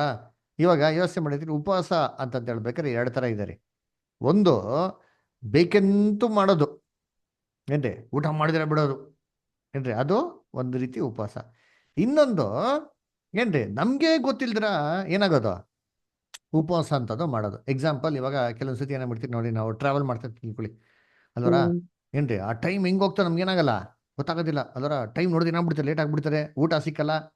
ಅವಾಗ ಏನ್ ಮಾಡ್ದಂಗೆ ನಾವು ಅಲ್ಲಿ ಉಪವಾಸ ಮಾಡ್ದಂಗೆ ಅಲ್ವರ? ಬೇಕು ಅಂತ ಮಾಡ್ದಂಗಿಲ್ಲ, ಅದು ಆಕಸ್ಮಿಕವಾಗಿ ಏನಾಗುತ್ತದ ಅದು ಆದಂತೆನ ಲೆಕ್ಕ. ಇನ್ ಕೆಲವೊಂದು ಸತಿ ಬೇಕು ಅಂತ ಏನ್ ಮಾಡೋದು, ಊಟ ಮಾಡಿದ್ರೆ ನಾನು ಏನ್ ಮಾಡೋದು ಅಲ್ವರ? ಅದು ಇವಾಗ ಎಕ್ಸಾಂಪಲ್, ಆಫೀಸಲ್ಲಿ ಕೆಲಸ ಮಾಡ್ತಾ ಇರ್ತೀನಿ ಅಲ್ವರ? ತುಂಬಾ ವರ್ಕ್ ಲೋಡ್ ಇರ್ಬೇಕು, ಕೆಲಸ ಮಾಡ್ತಾ ಇರ್ಬೇಕ್ರೆ ಏನ್ರಿ ಊಟ ಟೈಮ್ ಏನಾಗ್ಬಿಡ್ತಾರೆ, ಹೊಟ್ಟಾಗ್ಬಿಡ್ತಾರೆ ಆಮೇಲೆ ಏನ್ ಮಾಡ್ತಾರೆ, ಅಯ್ಯೋ ಇಷ್ಟೊತ್ತಾಗೋಯ್ತಲ್ಲ ಊಟ ಮಾಡಿಲ್ವಲ್ಲ, ಆ ಟೈಮ್ ನೋಡ್ಬಿಟ್ಟು ನಮ್ಗೆ ಏನಾಗ್ತಾರೆ, ಹೊಟ್ಟೆ ಹಸಿವು ಫೀಲ್ ಆಗ್ತಾರೆ ಹೊರತು ಹೊಟ್ಟೆ ಹಸಿವು ಫೀಲ್ ಆಗಲ್ಲ. ಇದು ಎಕ್ಸ್ಪೀರಿಯನ್ಸ್ ಮಾಡಿದಿರಲ್ಲ ಕೆಲವೊಂದ್ಸತಿ ಎಲ್ಲರೂ. ಕೆಲ್ಸದ ಒತ್ತಡದಲ್ಲಿ ಅದು ಮರ್ತೋಗ್ಬಿಡ್ತೀವಿ ಸರ್. ಹಾ, ಮರ್ತೋಗ್ಬಿಡ್ತೀರಿ. ಸಮಯ ನೋಡಿದಾಗ ನಮ್ಗೆ ಏನಾಗೋದು, ಹೊಟ್ಟೆ ಹಸಿವು ಅಂತ ಫೀಲ್ ಆಗೋದು. ಹಂಗಾರೆ ಏಸು ಕ್ರಿಸ್ತಂಗೆ ಇಲ್ಲಿ ಏನಾಗಿರ್ಬೇಕು, ಇದೇ ತರ ಯಾವುದೋ ಒಂದು ಅನುಭವ ಏನಾಗಿರ್ಬೇಕು, ಇಲ್ಲಿ ಬಂದಿರಬೇಕು. ಅದರ ಏನಪ್ಪ ಆಯ್ತು ಏಸು ಕ್ರಿಸ್ತನಿಗೆ ಅಂತಂದ್ರೆ, ಅಲ್ಲಿ ನಾವೇನ್ ಮಾಡ್ಬೇಕು, ಏಸು ಕ್ರಿಸ್ತ ಅಡವಿಗೆ ಹೋದ್ರು ಅಂತ ಏನಕ್ಕೆ ನೋಡ್ಬೇಕು ಅಲ್ವರ. ಏನಾಯ್ತು ಇದಕ್ಕಿಂತ ಮುಂಚೆ ನೋಡಿ, ಓದೋಣ ಎಲ್ಲಿ, ಮ್ಯಾಥ್ಯೂ 3:16 ನೋಡಿ ಅಂತೀನಿ. ಮ್ಯಾಥ್ಯೂ 3:16. ಯೇಸು ಸ್ನಾನ ಮಾಡಿಸಿಕೊಂಡ ಕೂಡಲೇ ನೀರಿನಿಂದ ಮೇಲಕ್ಕೆ ಬರಲು ಇಗೋ, ಆತನಿಗೆ ಆಕಾಶವು ತೆರೆಯಿತು ಮತ್ತು ದೇವರ ಆತ್ಮ ಪಾರಿವಾಳದ ಹಾಗೆ ಇಳಿದು ತನ್ನ ಮೇಲೆ ಬರುವುದನ್ನು ಕಂಡನು. Okay, good.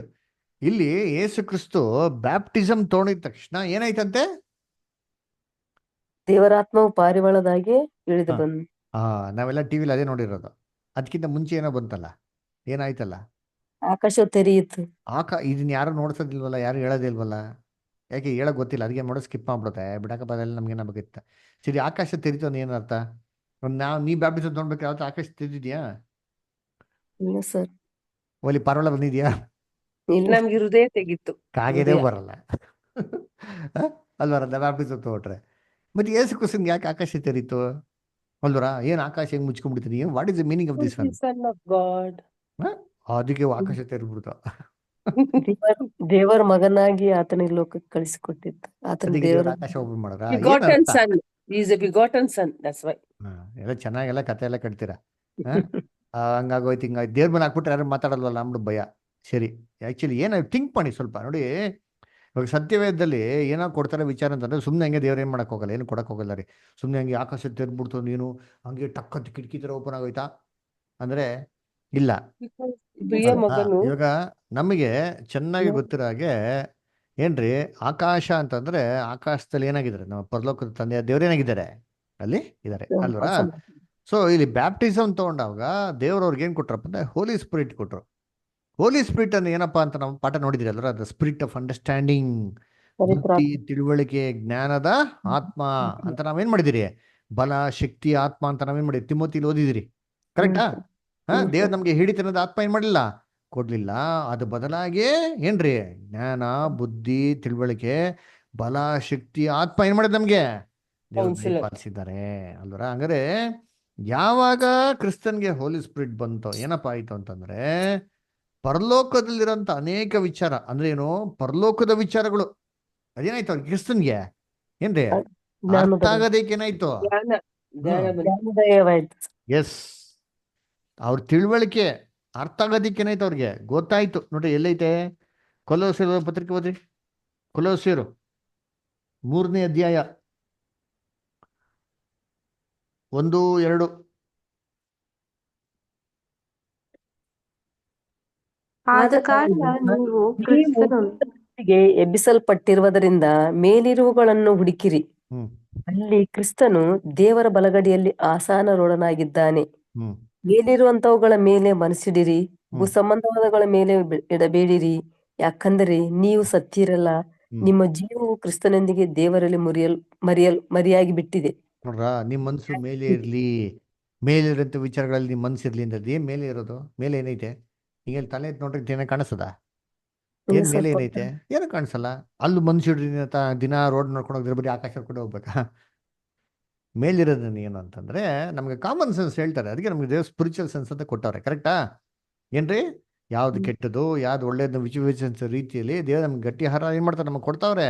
ಅದನ್ನೇ ನೋಡಿದ್ರೆ ಔಟ್ ಸ್ಟಡಿ ಬೈಬಲ್ ಓದಿದಿರಲ್ವಾ, ಹಿಂಗೆ ಸತ್ಯವೇದ ಓದೋರು, ಇಲ್ಲಿ ಸ್ವಲ್ಪ ಅಲ್ಲಿ ಸ್ವಲ್ಪ, ಸತ್ಯವೇದಕ್ಕೆ ಸತ್ಯವೇದ ಡಿಕ್ಷನರಿ. ಅಂದ್ರೆ ಮೇಲಿರೋಂಥ ವಿಚಾರಗಳು ಅಂತಂದ್ರೆ ಎಷ್ಟೋ ಪರಲೋಕಕ್ಕೆ ಸಂಬಂಧವಾಗಿರೋಂಥ ವಿಚಾರಗಳು, ಪರಲೋಕ ರಾಜ್ಯದಿರೋಂಥ ಗುಟ್ಟುಗಳು, ರಹಸ್ಯಗಳನ್ನ ಏನ್ ಮಾಡೋ ದೇವ್ರು ಇಟ್ಟವ್ರೆ. ಯೇಸು ಕ್ರಿಸ್ತ ಹೇಳ್ತಾರಲ್ಲ, ಪರಲೋಕ ರಾಜ್ಯದ ರಹಸ್ಯಗಳನ್ನ ತಿಳುವಳಿಕೆಗೆ ತಿಳ್ಕೊಳ್ಳೋಂಥ ವರ ನಿಮಗೆ ಕೊಟ್ಟವ್ರೆ, ಅವ್ರು ಕೊಟ್ಟಿಲ್ಲ ಅಂತ. ಅದ್ರ ಹಂಗಾರೆ ಎಷ್ಟೋ ಸ್ಪಿರಿಚುವಲ್ ಥಿಂಗ್ಸ್, ಅದರ ಅಂಡರ್ಸ್ಟ್ಯಾಂಡಿಂಗ್ ಆಫ್ ದ ಸ್ಕ್ರಿಪ್ಚರ್ಸ್, ಆತ್ಮಿಕವಂತ ಎಷ್ಟೋ ವಿಚಾರಗಳು ಸತ್ಯವೇದನಾಗಿದೆ, ಅಡಗಿದೆ. ಇದನ್ನ ದೇವ್ರು ನಮಗೆ ಪವಿತ್ರಾತ್ಮ ಮುಖಾಂತರ ಮಾಡಿದ್ರಿ, ನಮ್ಗೆ ತಿಳಿಸ್ಕೊಡ್ತಾರೆ. ಅದರಿಂದ ನಿಮ್ಮ ಮನಸ್ಸು ಎಲ್ಲಿರ್ಲಿ, ಯಾವಾಗ ಅಲ್ಲಿದ್ದಾವಾಗ ನಿಮ್ಮ ಮನಸ್ಸು, ನಿಮ್ಮ ಜ್ಞಾನ, ನಿಮ್ಮ ಬುದ್ಧಿ, ಆಲೋಚನೆ ಎಲ್ಲ ಪರಲೋಕಕ್ಕೆ ಸೀಮಿತವಾಗಿದ್ದಾವಾಗ ನಿಮ್ಗೆ ಆ ವಿಚಾರಗಳು ಏನಾಗ್ತದೆ, ನಿಮ್ಗೆ ಅರ್ಥ ಆಗ್ತದೆ. ಇದನ್ನೇ ಕ್ರಿಸ್ತನ್ ಏನ್ ಮಾಡಿದ್ದು ಯಾವಾಗ ಪವಿತ್ರಾತ್ಮ ಮೇಲಿನ ದೇವ್ರು ಕೊಟ್ರೋ ಅವ್ರಿಗೆ ಆಕಾಶ ತೆರೀತು. ನಿಂಗೋ ಮೀನಿಂಗು ಪರಲೋಕದ ವಿಚಾರಗಳೇನಾಯ್ತು ಅವ್ರಿಗೆ ತೆರೆಯಲ್ಪಡ್ತು. ಎಷ್ಟೋ ವಿಚಾರಗಳು ಅವ್ರಿಗೆ ಏನ್ರಿ ಅವರು ಸರಿಯಾಗಿ ತಿಳ್ಕೊಂಡಿರೋಂಥ ವಿಚಾರಗಳು ಬಹು ಸ್ಪಷ್ಟವಾಗಿ ಏನಾಯ್ತು ಗೊತ್ತಾಯ್ತು. ಅಂದ್ರೆ ಏನರ್ಥ, ಯೇಸು ಕ್ರಿಸ್ತನ್ ಗೊತ್ತಿತ್ತು, ಆದ್ರೆ ಇನ್ನ ಕ್ಲಾರಿಟಿ ಏನೇನಾಯ್ತು ಅಲ್ಲಿ ಗೊತ್ತಾಯ್ತು. ನೋಡಿ, ಒಂದು ವಾಕ್ಯ ಬರ್ತದೆ ಇಲ್ಲಿ, ಯೋಬು ಒಂದು ಹೇಳ್ತಾನೆ ಗೊತ್ತಾ ಮಾತು. ಯೋಬ ಹೇಳ್ತಾನೆ ನೋಡ್ರಿ, ಇಂತೀನಿ ದೇವರು ಅವ್ನಿಗೆಲ್ಲವನ್ನು ನೋಡಿಸ್ತಾರೆ. ಎಲ್ಲವನ್ನು ನೋಡಿಸ್ಬಿಟ್ಟು ಇವೆಲ್ಲ ನೀನ್ ಮಾಡಿದ್ಯಾ, ನೀನ್ ಗೊತ್ತಾ ಅಂತ ಹೇಳ್ತಾರೆ. ಅದಕ್ಕೆ ನೋಡಿ ಯೋಬ್ ಏನ್ ಹೇಳ್ತಾನೆ,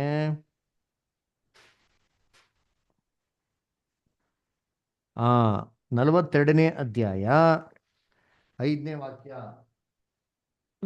ಕಿವಿಯಿಂದ ನಿನ್ನ ವಿಷಯವನ್ನು ಕೇಳಿದ್ದೇನೆ, ಈಗಲಾದರೂ ನಿನ್ನನ್ನೇ ಕಣ್ಣಾರೆ ಕಂಡೆನು. ನೋಡ್ರಪ್ಪ ಏನ್ ಹೇಳ್ತಾರೆ, ಕಿವಿಯಿಂದ ನಿನ್ನ ವಿಚಾರಗಳು ಏನ್ ಮಾಡಿದ್ದೀನಿ ನಾನು ಕೇಳಿದ್ದೆ, ಇಷ್ಟ ದಿನ ಎಲ್ಲ ಕೇಳಿದ್ದೆ, ಇವಾಗ ಏನ್ ಮಾಡಿದ್ದೀನಿ ಕಣ್ಣಾರೆ ನಾನು ಏನ್ ಮಾಡಿದ್ದೀನಿ ಕಂಡೆನು. ಏನ್ ಅರ್ಥ? ಇಷ್ಟ ದಿನ ಕೇಳೋದಕ್ಕೂ ನೋಡೋದಕ್ಕೂ ವ್ಯತ್ಯಾಸ ಇದೆಯಾ? ಎಸ್. ಕೇಳೋದು ಏನಪ್ಪಾ ಅಂದ್ರೆ ನಾವು ಪ್ರಾಕ್ಟಿಕಲ್ ಆಗಿ ಏನ್ ಮಾಡೋದು, ಸುಮ್ಮನೆ ಥಿಯರಿಟಿಕ್ ಆಗಿ ಏನ್ ಮಾಡೋದು, ಹಂಗೆ ಸುಮ್ಮನೆ ಕೇಳೋದು.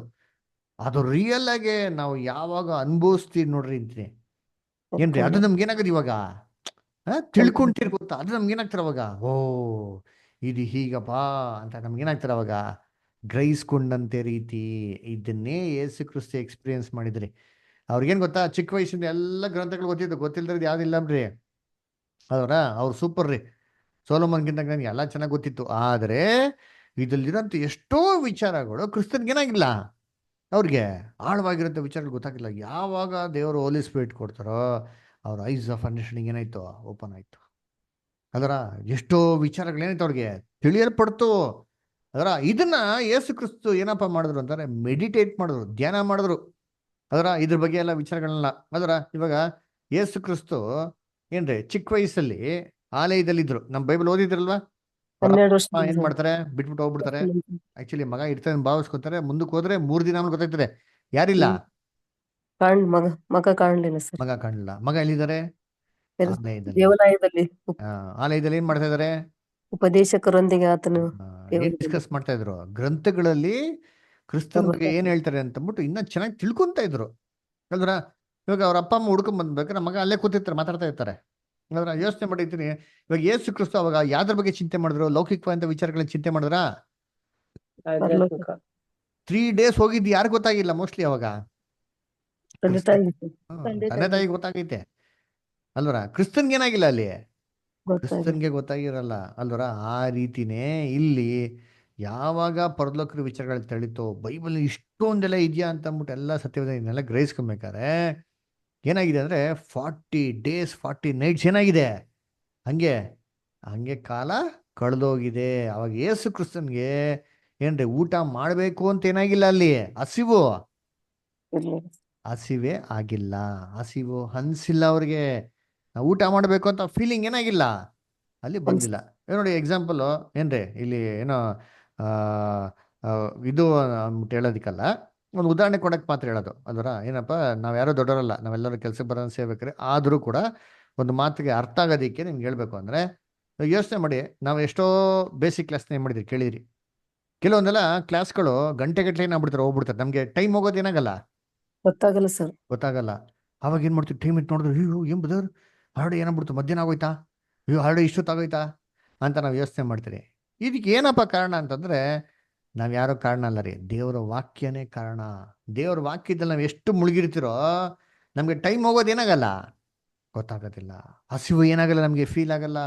ಬಾಯಾರಿಕೆ ಏನಾಗಲ್ಲ ನಮಗೆ, ಫೀಲ್ ಆಗಲ್ಲ. ನಾವು ಕರೆಕ್ಟಾಗಿ ಕಾನ್ಸಂಟ್ರೇಷನ್ ಮಾಡ್ತಾ ಇದ್ರೆ ಸಮಯ ಹೋಗೋದೇ ನಮಗೆ ಗೊತ್ತಾಗಲ್ಲ. ಇನ್ನು ನಾವು ಪಾಪಿಗಳು, ನಮ್ಮಲ್ಲಿ ಏನು ಹೋಲಿಸ್ಬಿಟ್ಟು ಅಂಥದ್ದು ಏನಿಲ್ಲ ಬಿಟ್ರಿ ಅಂತೀನಿ, ನಾವೆಲ್ಲ ದ್ರೋಹಿಗಳೇ ಅಲ್ಲರ. ಅಲ್ಪರು, ಪಾಪಿಷ್ಟರು, ಕೆಲಸ ಬಂದ ಸೇವಕರು, ಏನಕ್ಕೂ ಪ್ರಯೋಜನ ಇಲ್ದಿರೋರು, ನಮ್ಮಲ್ಲೇ ಸಮಯ ಹೋಗೋದು ನಮಗೆ ಗೊತ್ತಾಗಲ್ಲ ಅಂತಂದ್ರೆ ಇನ್ನು ಯೇಸು ಕ್ರಿಸ್ತ ಏನ್ರಿ ದೇವರ ಕುಮಾರ, ಅದರ ಪವಿತ್ರಾತ್ಮರಿಂದ ಏನ್ರಿ ಪೂರ್ತಿಯಾಗಿ ಅಳ್ತೆ ಹೇಳ್ತಿರೋ ದೇವ್ರು ಕೊಟ್ಟಿರೋದು, ಪರಿಶುದ್ಧರು. ಅದರ ಅವ್ರ ತಂದೆ ಬಗ್ಗೆ ಧ್ಯಾನ ಮಾಡ್ಬೇಕಂದ್ರೆ ಎಷ್ಟು ಮೆಡಿಟೇಟ್ ಮಾಡಿರ್ಬೇಕು. ಅದರ ಏನ್ರಿ ಆಗಿದೆ ಅಂತಂದ್ರೆ ಆ ವಾಕ್ಯಗಳನ್ನ ಧ್ಯಾನ ಮಾಡ್ಬೇಕಾರೆ 40 ದಿವಸ ಹಗಲು ರಾತ್ರಿ ಹೋಗಿರೋದು ಏನಾಗಿಲ್ಲ ಅವ್ರಿಗೆ, ಫೀಲ್ ಆಗಿಲ್ಲ. ಅದಕ್ಕೆ ಏನಂತಾರೆ, 40 ದಿನ ಹಗಲು ರಾತ್ರಿ ಆಗಿದ್ಮೇಲೆ ಏನಾಯ್ತಂತೆ ಕ್ರಿಸ್ತನ್ಗೆ, ಆಮೇಲೆ ಏನಾಯ್ತು, ಹಸಿವು ಉಂಟಾಯ್ತು. ಉಂಟಾಯ್ತು.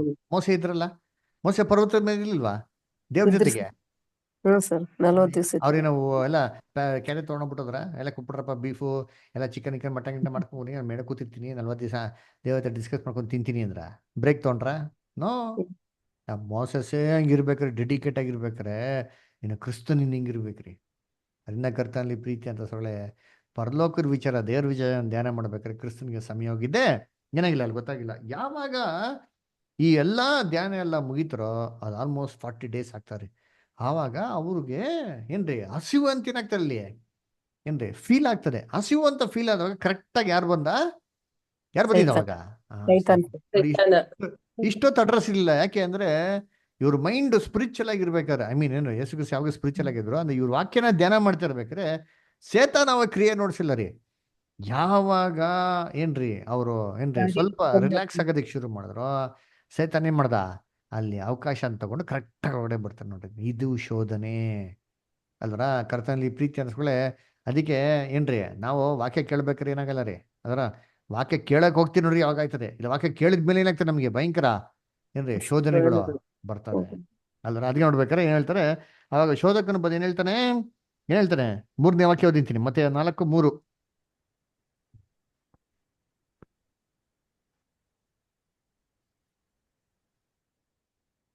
ಆತನ ಬಳಿಗೆ ಬಂದು, ನೀನು ದೇವರ ಮಗನಾಗಿದ್ದರೆ ಈ ಕಲ್ಲುಗಳು ರೊಟ್ಟಿ ಆಗುವಂತೆ ಅಪ್ಪಣೆ ಕೊಡು ಎಂದು ಹೇಳಲು.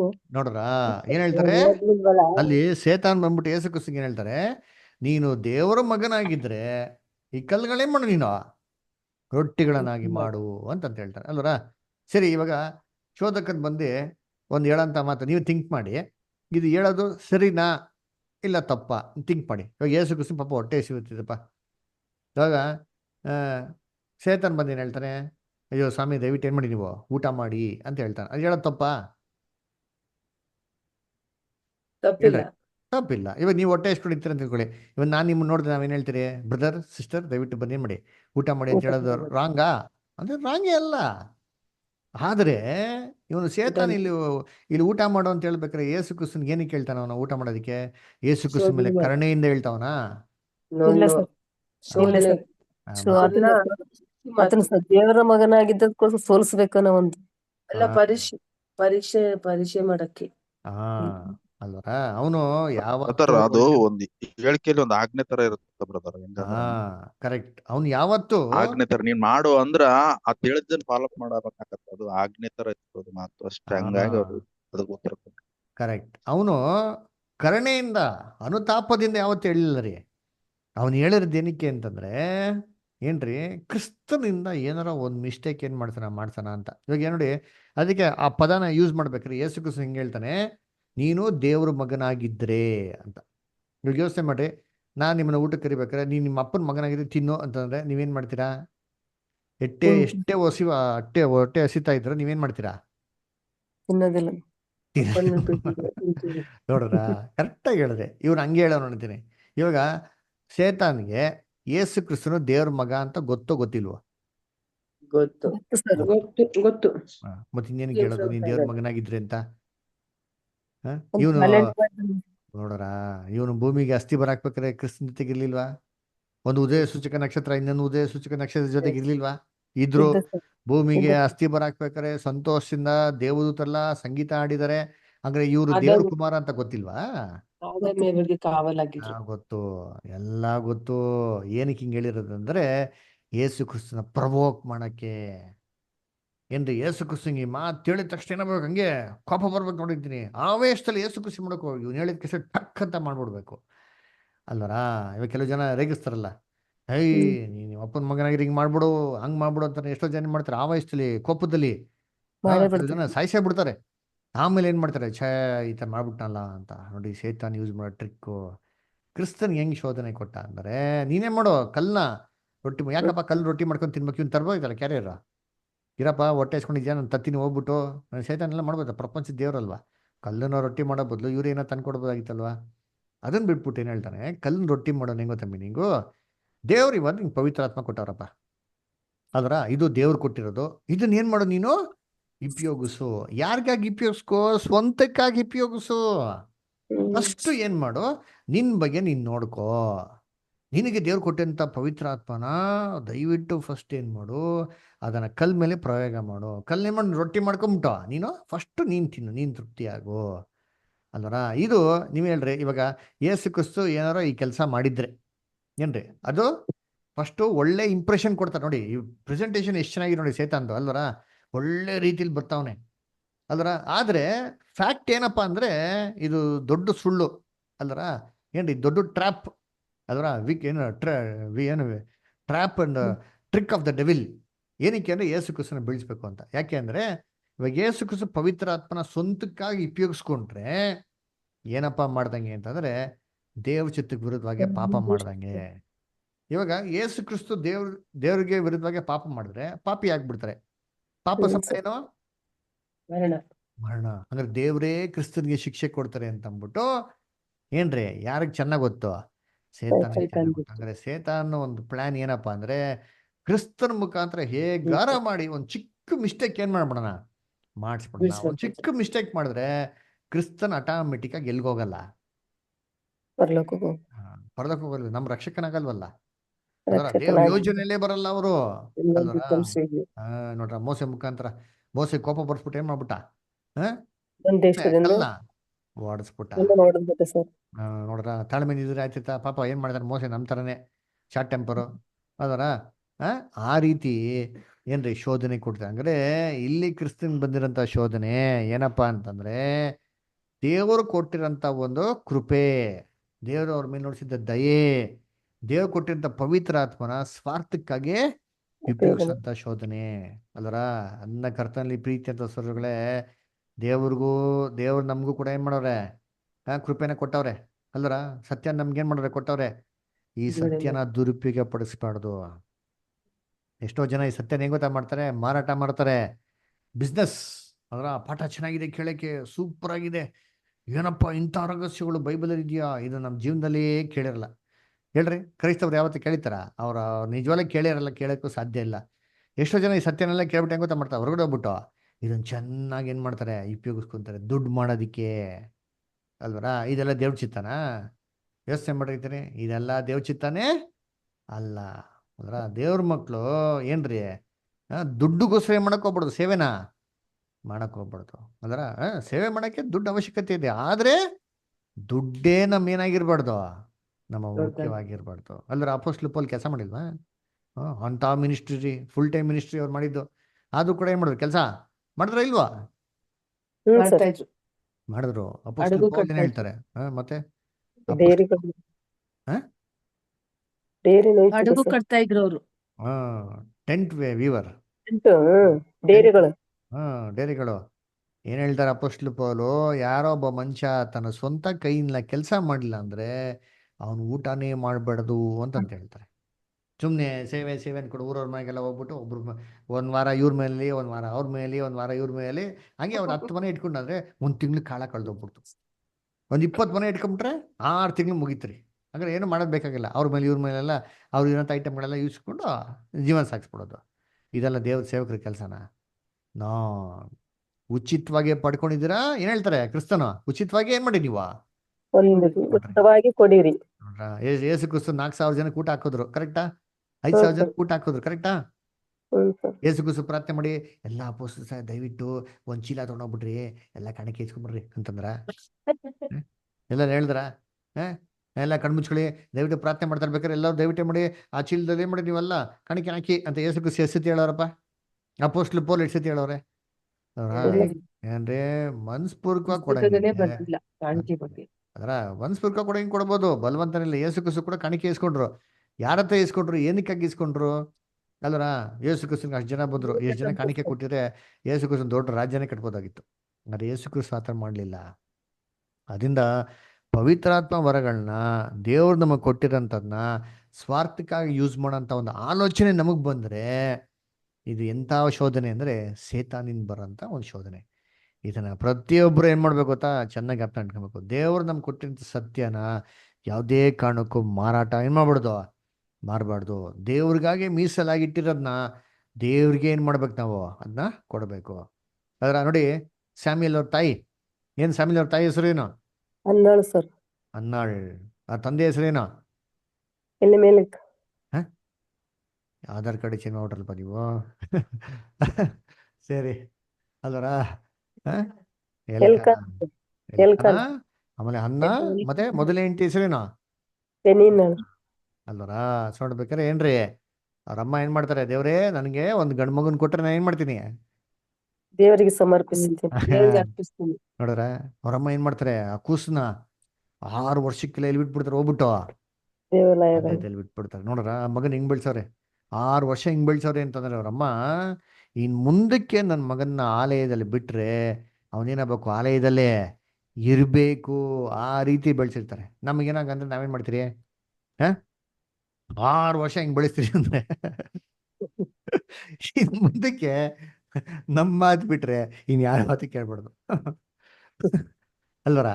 ಹೆಂಗ್ ಬೆಳ್ಸ್ಕೊಂಡಿರ್ತೀವಿ ಅವ್ರಮ್ಮ, ಸೂಪರ್ ಆಗಿ ಬೆಳ್ಸ್ಕೊಂಡಿರ್ತಾರೆ. 6 years ಹೆಂಗ್ ಟ್ರೈನಿಂಗ್ ಕೊಟ್ಟರಂದ್ರೆ, ಅಪ್ಪ ಅಮ್ಮನ್ ಬಿಟ್ಟು ದೇವ್ರ ಸನ್ನಿಧಾನದಲ್ಲಿದ್ರೆ ದೇವ್ರಿಗೆ ಏನಾಗಿರ್ಬೇಕು, ವಿಜಯನಾಗಿರ್ಬೇಕು. ಏನ್ ಬ್ಯೂಟಿಫುಲ್ ಟ್ರೈನಿಂಗ್ ರೀ ಅಲ್ವರ. ಆ ಥರ ಬೆಳೆಸ್ಬೇಕ್ರಿ ಮಕ್ಳುಗಳನ್ನ, ಶಿಸ್ತಾಗೆ ಅಧೀನರಾಗೆ ದೇವ್ರ ವಾಕ್ಯಕ್ಕೆ ಅಲ್ವರ. ಆದ್ರೆ ಅವ್ರಮ್ಮ ಹೆಂಗಿದ್ರು ಅಂತೀನಿ, ದೇವ್ರಿಗೆ ಮೀಸಲಾಗಿದ್ದೆ ಮುಗೀತು. ಮೊದಲು ಗರ್ಭನ ಓಪನ್ ಮಾಡಿದಂಥ ಗಂಡು ಮಗು, ಚುಚ್ಚಲು ಗಂಡು ಮಗುನ ಯಾರು ಬಿಡ್ತಾರ? ಅದರ ಬಿಟ್ಟಾರ ನೋಡಿಂತೀನಿ. ಅದಕ್ಕೆ ದೇವ್ರಿಗೆ ತುಂಬ ಇಷ್ಟ ಆಗೋಯ್ತು. ತನ್ನ ಮಗನ್ನ ಕೊಟ್ಟಂಥ ರೀತಿಯಲ್ಲಿ ನಾಳೆ ಏನು ಮಾಡ್ಬಿಟ್ಟು ಸ್ಯಾಮ್ಯಲ್ನ ಕೊಟ್ಬಿಟ್ರಲ್ಲ. ಅದನ್ನ ಸ್ವಾರ್ಥಕ್ಕಾಗಿ ಏನು ಮಾಡಲಿ, ಉಪಯೋಗಿಸಲು ಗರ್ಭನ ಏನು ಮಾಡೋದು, ಇನ್ನೊಂದ್ಸತಿ ಓಪನ್ ಮಾಡಿದ್ರು ದೇವರು.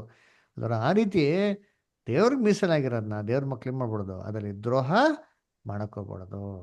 ಅದು ಯಾರಿಗಿಷ್ಟ ಇಲ್ಲ, ಯೆಹೋವನಿಗೆ ಇಷ್ಟ ಇಲ್ಲ. ಈ ಥರ ಇದು ಒಂದು ಶೋಧನೆ. ಇವಾಗ ನೀವೇ ಯೋಚನೆ ಮಾಡಿ, ಇಲ್ಲಿ ಯೇಸು ಕ್ರಿಸ್ತನ ಶೋಧನೆ ಬಂತಲ್ಲ, ಸೇತಾನ್ ಬಂದು ಏನು ಮಾಡಿತಾನೆ, ಯೇಸು ಕ್ರಿಸ್ತನ ಪಕ್ಕದಲ್ಲಿ, ಸರ್ ಹೇಗಿದ್ದೀರಾ ಸರ್, ಚೆನ್ನಾಗಿದ್ದೀರಾ, ಊಟ ಮಾಡಿದ್ರಾ?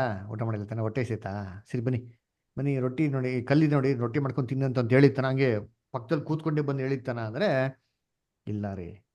ಏನ್ರಿ, ಇವಾಗ ನಾವು ನೋಡ್ತಿರಲ್ಲ, ಸೇತಾನ್ ಎಲ್ಲಿದ್ದಾನೆ? ಸೇತಾನ್ ಎಲ್ಲಿದ್ದಾನೆ? ಅಡವಿಯಲ್ಲಿ ಸರ್. ಎಲ್ಲಿ? ಭೂಲೋಕದಲ್ಲಿ ಸರ್. ಈಗ ಎಲ್ಲಿದ್ದಾನೆ? ಕಣ್ ಕಾಣಿಸ್ತಾನ? ಭೂಮಂಡಲದಲ್ಲಿ. ಭೂಲೋಕದಲ್ಲಿ ಇದ್ದಾನೆ. ಎಲ್ಲಿದ್ದಾನೆ? ಅವನ ಅಡ್ರೆಸ್ ಎಲ್ಲಿದೆ? ಎಲ್ಲಾ ಕಡೆನೂ ಇರ್ತಾನೆ. ಆಕಾಶ ಮಂಡಲದ. ಎಲ್ಲಿದ್ದಾನೆ ಬ್ರದರ್? ಆಕಾಶ ಮಂಡಲ. ಎಲ್ಲಿ ಕಾಣಿಸ್ತಾನ? ತಲೆ ನೋಡಿದ್ರೆ ಕಾಣಿಸ್ತಾನ? ಭೂಮಂಡಲ ಅಲ್ಲ ಸರ್. ನಿಮ್ಗೆ ಕಾಣಿಸೋದಿಲ್ಲ ಬ್ರದರ್. ಚೆನ್ನಾಗಿ ಜ್ಞಾಪನ ಇಟ್ಕೊಳ್ಳಿ. ಆಕಾಶ ಮಂಡಲ ಇದ್ದಾನೆ. ಅದು ಯಾರ ಕಣ್ಣಿಗೆ ಏನಾಗಲ್ಲ ಅವನು. ಹಂಗಂದ್ರೆ ಅಲ್ಲಿ ಕೂತ್ಕೊಂಡೆ ಕಣ್ಣಿಗೆ ಕಾಣಿಸ್ತಿರೋ ರೀತಿಯಲ್ಲಿ ಇವೆಲ್ಲ ಮಾತುಗಳನ್ನ ಯೇಸು ಕ್ರಿಸ್ತನಿಗೆ ಹೆಂಗ್ ಮಾತಾಡಿತಾನೆ? ಆಲೋಚನೆಗಳಲ್ಲಿ. ಕರೆಕ್ಟಾ? ಮನಸ್ಸುಗಳಲ್ಲಿ ಆಲೋಚನೆ. ಕರೆಕ್ಟ್. ಅದಕ್ಕೆ ಯೇಸು ಕ್ರಿಸ್ತ ಹೇಳಿದ್ದು, ನಿಮ್ಮ ಮನಸ್ಸನ್ನ ಮೇಲೆ ವಿಚಾರಗಳಿಗೆ ಇರಿ. ಅದು ಬಿಟ್ಬಿಟ್ಟು ನಿಮ್ಮ ಮನಸ್ಸನ್ನ ಡೈವರ್ಟ್ ಮಾಡಿ ಸೇತಾನ ವಿಚಾರಗಳಿಗೆಲ್ಲ ಕೊಟ್ರೆ ಅವನ ತಲೆಗೆ ಏನು ಮಾಡ್ತಾ ಇರ್ತಾನೆ, ಎಲ್ಲನೂ ತುಂಬ್ತಾ ಇರ್ತಾನೆ. ಇದೇ ಥಾಟ್ಸ್ಗಳನ್ನ ಯೇಸು ಕ್ರಿಸ್ತನಿಗೆ ಏನು ಮಾಡ್ತಾನೆ, ತುಂಬಿರ್ತಾನೆ. ಯೇಸು ಅಡವಿಯಲ್ಲಿ ಯಾರೂ ಇಲ್ಲ ರೀ, ಒಬ್ಬರೇ ಇರೋದು. ಯೇಸು ಕ್ರಿಸ್ತ ಕಣ್ಣು ಮುಚ್ಕೊಂಡು ಯಾರೂ ನೋಡಲ್ಲ, ಕಲ್ಲನ್ನ ರೊಟ್ಟಿ ಮಾಡ್ಕೊಂಡು ತಿನ್ಕೊಂಡು ಸೈಲೆಂಟಾಗಿ ಬರ್ಬೋದಾಗಿತ್ತು. ಯಾರಿಗೂ ಗೊತ್ತಾಗೋದು? ಯಾರಿಗೂ ಗೊತ್ತಾಗ್ತಾ ಇರಲ್ಲ. ಅವ್ರಿಗೂ ದೇವ್ರಿಗೆ ಬಿಟ್ಟಿದ್ದು ಅಲ್ವರ. ದೇವ್ರು ಮೋಸ್ಟ್ಲಿ ಏನು ಮಾಡಬೇಕು, ಮಗನ್ನ ಕ್ಷಮಿಸ್ಬಿಟ್ಟಿರೋರೇನೋ. ಆದರೆ ಯೇಸು ಕ್ರಿಸ್ತ ಹಂಗೆ ಮಾಡಲಿಲ್ಲ ರೀ. ಆಲೋಚನೆಯಲ್ಲಿ ಬಂದಿರೋಂಥ ಶೋಧನೆಗಳನ್ನ ಅವರು ಜಯಿಸಿದ್ರು. ಇದೇ ಥರ ರೀ ದೇವ್ರ ಮಕ್ಳಿಗೆ ಶೋಧನೆ ಬರ್ತಾರೆ ಅಂತಂದರೆ, ಸೇತಾನ ಪಕ್ಕದಲ್ಲಿ ನಿಂತ್ಕೊಂಡು ಲಾಠಿ ತಂದು ನಮ್ಗೇನು ಹೊಡಿಯಲ್ಲ, ಮೊಸ್ ತಗೊಂಡು ನಮ್ಗೇನು ಕಡಿಯಲ್ಲ. ನಮಗೆ ಇವೆಲ್ಲ ಸಹಿಸ್ಕೊಂಡ್ಬಿಡ್ತೀರಿ. ಒಂದು 2 ಹೊಡೆದ ಪೊಲೀಸರು ಏನು ಮಾಡ್ತೀರಿ, ಅಯ್ಯೋ ಅಪ್ಪ ಬಿಟ್ಬಿಡಿ ಸರ್ ಅಂತಂದ್ರೆ ಅವ್ನು ಬಿಟ್ಬಿಡ್ತಾನೆ, ಹೊಟ್ಟಾಯ್ತೀರಿ. ಆದರೆ ಮನ್ಸಲ್ಲಿ ಬರ್ತಾರೆ ಗೊತ್ತಾ ಶೋಧನೆ, ತಲೆಯಲ್ಲಿ ಎಲ್ಲ ನಡೀತಾರೆ ಗೊತ್ತಾ ಹೋರಾಟಗಳು. ಇದನ್ನು ಜಯಿಸೋದು ತುಂಬ ಕಷ್ಟ ಅಲ್ಲ. ಇದೇ ಥರ ಶೋಧನೆಗಳು ಏನ್ರಿ ನಮಗೂ ಕ್ರಿಸ್ತನ್ಗೂ ಒಂದೇ ರೀತಿ. ಅರ್ಥ ಆಯ್ತಾರ? ಅದರಿಂದ ನೋಡ್ಬೇಕಾದ್ರೆ ಕರ್ತನಲ್ಲಿ ಪ್ರೀತಿ ಅನ್ನೋಗಳೇ, ನೂತನ ಸೃಷ್ಟಿಗೆ ಯಾವ ಥರಪ್ಪ ಶೋಧನೆ ಬರ್ತಾರೆ ಅಂತಂದರೆ, ಕ್ರಿಸ್ತನ್ಗೆ ಬಂದಂಥ ರೀತಿಯಲ್ಲಿ ಆಲೋಚನೆಗಳಲ್ಲಿ ಮನಸ್ಸಿನಲ್ಲಿ ಹೋರಾಟಗಳೇನಾಗೋದು ಬರೋಂಥದ್ದು. ಓಕೆನಾ? ಸರಿ, ನಾವಿಲ್ಲಿ ನಿಲ್ಸೋಣ. ನೆಕ್ಸ್ಟ್ ವೀಕ್ ನಾವೇನು ಮಾಡೋಣ, ಕಂಟಿನ್ಯೂ ಮಾಡೋಣ. ಓಕೆನಾ? ಯಾರಿಗೇನೋ ಡೌಟ್ಸ್ ಇದೆಯಾ, ಅನ್ನೋ ಕ್ವಶನ್ಸ್ ಇದೆಯಾ, ಏನೋ ಪ್ರಶ್ನೆಗಳು? ಎಲ್ಲರೂ ಉಪವಾಸ ಮಾಡ್ತಾರಲ್ಲ ಬ್ರದರ್, ಎಲ್ಲ ಚರ್ಚಲ್ಲಿ ನಾವು ಮಾಡ್ತಾ ಇದ್ವಿ ಮುಂಚೆ. ಈಗ ಇಲ್ಲಿ ಬಂದ್ಮೇಲೆ ಮಾಡ್ತಾ ಇಲ್ಲ. ನೀವು ಉಪವಾಸ ಬಗ್ಗೆ ಮಾತಾಡೇ ಇಲ್ಲ ನೀವು ಬೇಸಿಕ್ ಕ್ಲಾಸ್ ಅಲ್ಲಿ. ಯಾಕೆ ನಾವು ಉಪವಾಸ ಮಾಡ್ಬಾರ್ದು? ಏನಕ್ಕೆ ಉಪವಾಸ ಮಾಡ್ಬೇಕು? Brother one at a time, ಒಬ್ರದ್ದು ಸಿಸ್ಟರ್ ಇರಿ, ಟೋಕನ್ ನಂಬರ್ 1 ಕ್ಲಿಯರ್ ಮಾಡೋಣ. ಹೇಳಿ ಮ್ಯಾಗಿಸ್ಟರ್, ಏನಕ್ಕೆ ಉಪವಾಸ ಮಾಡ್ಬೇಕು? ನಾವು ಮಾಡ್ತಾ ಇದ್ವಿ, ದೇವ್ರೆ ನಮ್ಗೆ ಈ ಕಷ್ಟ ಬಂದಿದೆ, ಹ್ಮ್ ಅಲ್ಲಿ ಬೈಬಲ್ ಇದ್ದಾಗ ನಮ್ಗೆ ಈ ಕಷ್ಟ ಬಂದಿದೆ ದೇವ್ರೆ, ನಾನು ಉಪವಾಸ ಮಾಡಿ ನಿಮ್ಗೆ ಒಪ್ಪಿಸ್ಕೊಡ್ತೀನಿ, ದೇಹ ದಂಡಿಸಿ ಅಂತ ಹ್ಮ್ ನಾವು ಅವಾಗ ಪ್ರಾರ್ಥನೆ ಮಾಡ್ತಾ ಇದ್ವಿ. ಹ್ಮ್ ಆದ್ರೆ ಇಲ್ಲಿ ನೀವೇನು ಹೇಳಲ್ಲ ಉಪವಾಸದ ಆಯ್ತು. ಬಗ್ಗೆ. ಇವಾಗ ಮಾಡಿ ಅಂತಾನೆ ಹೇಳೋದು. ಸರಿ, ಇವಾಗ ಆ ಉಪವಾಸ ಮಾಡಿದವಾಗ ಅದು ಪ್ರಾಬ್ಲಮ್ ಸಾಲ್ವ್ ಆಗೈತಾ? ಸ್ಪಿರಿಚುವಲಿ ನಮ್ಗೊಂಥರ ತೃಪ್ತಿ ಸಿಕ್ತಿತ್ತು ನಾನ್ ಮಾಡುವಾಗ. ಸರಿ, ಇವಾಗ ಅದೇ ತರ ಪ್ರಾಬ್ಲಮ್ ಸಾಲ್ವ್ ಆಯ್ತಾ? ಇಲ್ಲ, ಇವಾಗ ನೀವೇ ತೃಪ್ತಿ ಅಷ್ಟೇ ಎಕ್ಸಾಂಪಲ್ ಆಗ್ತಿತ್ತು. ಅಷ್ಟೇ ಅದರ ಏನಂದ್ರೆ, ಇವಾಗ ಉಪವಾಸ ಮಾಡ್ತೀರಿ ಗೊತ್ತಾ ಏನ್ರಿ? ಉಪವಾಸ ಮಾಡೋ ಅಂಥದ್ದು ಕೆಲವೊಂದ್ಸತಿ ಏನಾಗ್ತದೆ, ನಮ್ಮ ಸ್ಯಾಟಿಸ್ಫ್ಯಾಕ್ಷನ್ಗೋಸ್ಕರ ಮಾಡ್ಕೊಳೋದು ಮೇನ್. ಅದಕ್ಕೆ ಯೇಸು ಕ್ರಿಸ್ತ ಹೇಳೋದು, ಉಪವಾಸ ಮಾಡ್ಬೇಕಾದ್ರೆ ದಯವಿಟ್ಟು ನೀವು ಅವ್ರ ತರ ಉಪವಾಸ ಮಾಡಕ್ ಹೋಗ್ಬೇಡಿ. ನೀವು ಉಪವಾಸ ಮಾಡೋದು ಯಾರಿಗೂ ಗೊತ್ತಾಗ್ಬಿಡ್ದು, ದೇವ್ರಿಗೆ ಯಾರಿಗೂ ಗೊತ್ತಾಗ್ಬಿಡ್ದು ಅಂತ ಹೇಳ್ತಾರೆ. ಜನಗಳ ಮುಂದೆ ಮಾಡ್ಬಾರ್ದು. ಗೊತ್ತಾಗ್ಬಾರ್ದು. ಕೂದಲಿಗೆಲ್ಲ ಬಾಚ್ಕೊಂಡು ನೀವು ಉಪವಾಸ ಮಾಡೋದು ಯಾರಿಗೂ ತಿಳಿಸ್ಬೇಡಿ ಅಂತ ಹೇಳ್ತಾರೆ. ಕರೆಕ್ಟಾ? ಅದು ಎಣ್ಣೆ ಹಾಕೊಂಡ್ ಅಂತರಂಗದಲ್ಲಿ ಮಾಡ್ಬೇಕಾದ್ರೆ ನಿಮ್ ದೇವ್ರು ಏನ್ ಮಾಡ್ತಾರೆ, ನಿಮ್ಗೆ ಬಹಿರಂಗವಾಗಿ ಅದನ್ನ ಪುರಸ್ಕಾರ ಏನ್ ಮಾಡ್ತಾರೆ, ನಿಮ್ಗೆ ಕೊಡ್ತಾರೆ ಅಂತ ಹೇಳ್ತಾರೆ. ಅಂದ್ರೆ ಉಪವಾಸ ಮಾಡೋಂಥದ್ದು ಏನ್ರಿ, ದೇವರಿಂದ ಏನೋ ಪಡ್ಕೊಬೇಕು ಅಂತಲ್ಲ ರೀ. ಇವಾಗ ಅಂದ್ರೆ ಎಕ್ಸಾಂಪಲ್ ಹೇಳ್ಬೇಕಾದ್ರೆ, ದೇವರಿಂದ ಪಡ್ಕೊಳೋದನ್ನ ಏನೋ ನಾವು ದೇವತೆ ಏನೋ ಪ್ರೇಯರ್ ಕೇಳ್ತೀರಿ, ಒಂದು ಪ್ರೇಯರ್ ಪಿಟಿಷನ್ ಪ್ರೆಸೆಂಟ್ ಮಾಡ್ತೀರಿ, ದೇವ್ರು ನಮ್ಗೆ ಏನ್ ಮಾಡೋದು, ರಿಕ್ವೆಸ್ಟ್ ಆನ್ಸರ್ ಮಾಡೋದು ಅಲ್ವರ. ಇದಕ್ಕೆ ಉಪವಾಸ ಮಾಡಿ ಏನು ಕೇಳಬೇಕು? ಹಂಗೆ ಪ್ರಯತ್ನ ಮಾಡೋದು ಕೇಳ್ತಾರಲ್ವಾ? ಇವಾಗ ಯೋಚನೆ ಮಾಡಿ, ಇದು ದೇವ್ರ ಚಿತ್ರದಲ್ಲಿ ಇತ್ತು ಅಂತಾರೆ, ನಾವು ನಾರ್ಮಲ್ ಆಗೇ ಪ್ರಾರ್ಥನೆ ಮಾಡಿದ್ರೆ ದೇವ್ರು ಕೇಳ್ತಾರ ಇಲ್ವಾ? ಹೇಳ್ತಾರೆ ಸರ್. ಕೇಳ್ತಾರೆ. ಇವಾಗ ಯೋಚನೆ ಮಾಡಿ, ಆ ವಿಚಾರ ದೇವ್ರ ಚಿತ್ರದಲ್ಲಿ ಇಲ್ಲಪ್ಪ, ಅದರ ಅದು ದೇವ್ರ ಚಿತ್ರಕ್ಕೆ ವಿರುದ್ಧವಾಗೇನೆ ಇದೆ. ಆದ್ರೆ ನಾನು ಏನ್ರಿ ಊಟನೇ ಮಾಡಲ್ಲ, ದೇವ್ರು ನನ್ನ ಪ್ರಾರ್ಥನೆಗೆ ಆನ್ಸರ್ ಮಾಡೋ ತನಕ ನಾನು ಊಟನೇ ಮಾಡಲ್ಲ. ಇವಾಗ ಯೋಚನೆ ಮಾಡಿ, ದೇವ್ರು ನನ್ನ ಪ್ರಾರ್ಥನೆ ಏನ್ ಮಾಡ್ತಾರೆ, ಕೇಳ್ತಾರ ಇಲ್ವಾ? ಕೇಳ್ತಾರೆ ಬ್ರದರ್, ಆದ್ರೆ ನಾವು ಸ್ಪಿರಿಚುವಲ್ ಇರಿ ಆಗಿರ್ಬೇಕು, ಪಾಪ ಎಲ್ಲ ಮಾಡ್ಬಾರ್ದು. ಇವಾಗ ಅದೇ ಹೇಳ್ತಾ ಇಲ್ವಾ, ಇವಾಗ ದೇವ್ರ ಚಿತ್ರಕ್ಕೆ ವಿರುದ್ಧವಾಗಿ ಇದೆ. ಸ್ಪಿರಿಚುವಲೇ ಬಂದಿಲ್ಲ ಹಂಗಾರೆ, ಪಾಯಿಂಟ್ ಔಟ್ ಆಫ್ ಸ್ಪಿರಿಚುವಲ್ ಇದು. ದೇವರು ಅದರ ವಿರುದ್ಧವಾಗಿದ್ರೆ ಅದು ಪ್ರಾರ್ಥನೆ ಸಲ್ಲಿಸುತ್ತೆ. ಇವಾಗ ನಾನು ಕೇಳ್ತಿರೋ ವಿಚಾರ ದೇವ್ರ ಚಿತ್ತಕ್ಕೆ ವಿರುದ್ಧವಾಗಿರೋದು.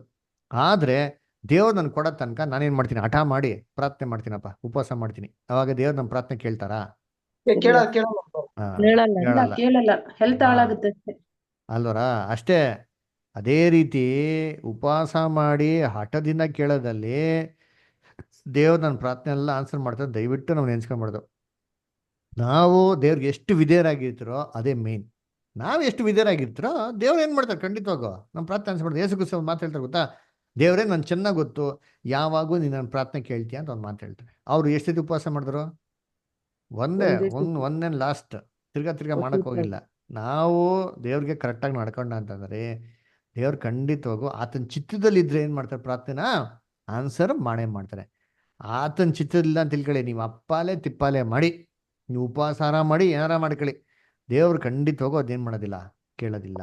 ಅದರ ನಿಜವಾದ ಉಪವಾಸ ಯಾವುದು? ಏಷ್ಯಾದಲ್ಲಿ ಹೇಳ್ತಾರಲ್ಲ ಏನ್ರಿ, ದೀನ ದಲಿತರನ್ನ ಕಷ್ಟದಲ್ಲಿರೋದು ಏನ್ ಮಾಡೋದು, ಸಂತೈಸೋದು, ಅವ್ರನ್ನ ವಿಸಿಟ್ ಮಾಡೋದು, ಇದು ನಿಜವಾದ ಉಪವಾಸ. ಇದು ಬಿಟ್ಬಿಟ್ಟು ನಮ್ಮ ಹಠಗಳಿಗೆ, ನಮ್ಮ ಒಂದು ಪ್ರಾಬ್ಲಮ್ಗಳಿಗೆ ಸಾಲ ಮಾಡ್ಕೊಂಡಿದ್ರಿ, ಸಾಲ ತೀರಿಸು ದೇವ್ರೆ, ಕೆಲಸ ಇಲ್ಲ, ಕೆಲಸ ಕೊಡು, ಮದುವೆ ಆಗ್ತಾ ಇಲ್ಲ, ಒಳ್ಳೆ ಹುಡುಗಿ ಕೊಡು, ನೋಡಿ ಇದಕ್ಕಾಗಿ ಉಪವಾಸ ಪ್ರಾರ್ಥನೆ ಮಾಡಿದ್ರೆ ಇವೆಲ್ಲ ಪ್ರಾರ್ಥನೆ ಕೇಳ್ತಾರ ದೇವ್ರು? ಇವೆಲ್ಲ ದೇವ್ರು ಕೇಳೋದು. ಯೇಸು ಕ್ರಿಸ್ತ ಅಂದ್ರು ತನ್ನ ತಾನೇ ನಿರಾಕರಿಸಿ ಅಂದ್ರು. ಹಾಗಾದ್ರೆ ಇವೆಲ್ಲ ಬಿಟ್ಬಿಟ್ಟು ಬಾ ಅಂತಂದಂಗೆ. ಇವೆಲ್ಲ ಬಿಟ್ಬಿಟ್ಟು ಬರ್ತೀರಾ, ನಾನು ಬಂದ್ಬಿಟ್ಟು ಎಲ್ಲ ನನ್ನ ಸ್ವಂತಕ್ಕಾಗಿ ಕೇಳ್ತೀನಿ ಅಂತಂದ್ರೆ ಇವಾಗ ಏನು ಮೀನಿಂಗು? ನನ್ನ ದೇಹಕ್ಕಾಗಿ ಎಲ್ಲ ಕೇಳ್ಕೊಂಡಾಗ ಇದನ್ನ ದೇವ್ರು ಆನ್ಸರ್ ಮಾಡ್ತಾರೆ ಪ್ರೇಯರು? ಖಂಡಿತವಾಗಿ this is not at all God's will. ಓಕೆನಾ? ಓಕೆನಾ ಮ್ಯಾಗಿಸ್ಟರ್, ಕ್ಲಿಯರಾ? ನೆಕ್ಸ್ಟ್ ಹೇಳ್ರಿ ಸರ್. ಇನ್ನೊಂದು ಸರ್, ಹೇಳಿ ಸರ್. ಈಗ ಈಗ ಹೌದು, ಅಲ್ಲಿ ಒಬ್ಬ ದೆವ್ವ ಹಿಡ್ದಿರ್ತದೆ ಸರ್, ಆತನ ಬಹಳವಾಗಿ ನೊರೆ ಸುರಿಸುತ್ತಾ ಒದ್ದಾಡ್ತಾನೆ. ಅವಾಗ ಶಿಷ್ಯರಿಗೆ ಅದು ಒಂದು ಮೂಗು ದೆವ್ವ ಹಿಡ್ದಿರ್ತದ, ಆತನ ಬಿಡ್ಸಕ್ ಆಗಲ್ಲ. ಅವಾಗ ದೇವ್ರು ಹೇಳ್ತಾನೆ, ಇದು ಉಪವಾಸ ಪ್ರಾರ್ಥನೆಯಿಂದಲೇ ಮಾತ್ರ ಇದು ಹೊರಟೋಗ್ತದ. ಸರಿ, ಆ ಇನ್ಸಿಡೆಂಟ್ನ ನೀವು ಬೈಬಲ್ ತೆಗೆದು ಓದಿ. ಶಿಷ್ಯನ್ಗಳಿಗೆ ಬಿಡ್ಸಕ್ಕಾಗಿಲ್ಲ, ಯೇಸು ಕ್ರಿಸ್ತ ಬಿಡಿಸಿದ್ರು, ಕರೆಕ್ಟಾ? ಯೇಸು ಕ್ರಿಸ್ತ ಉಪವಾಸ ಮಾಡಿದ್ರಾ?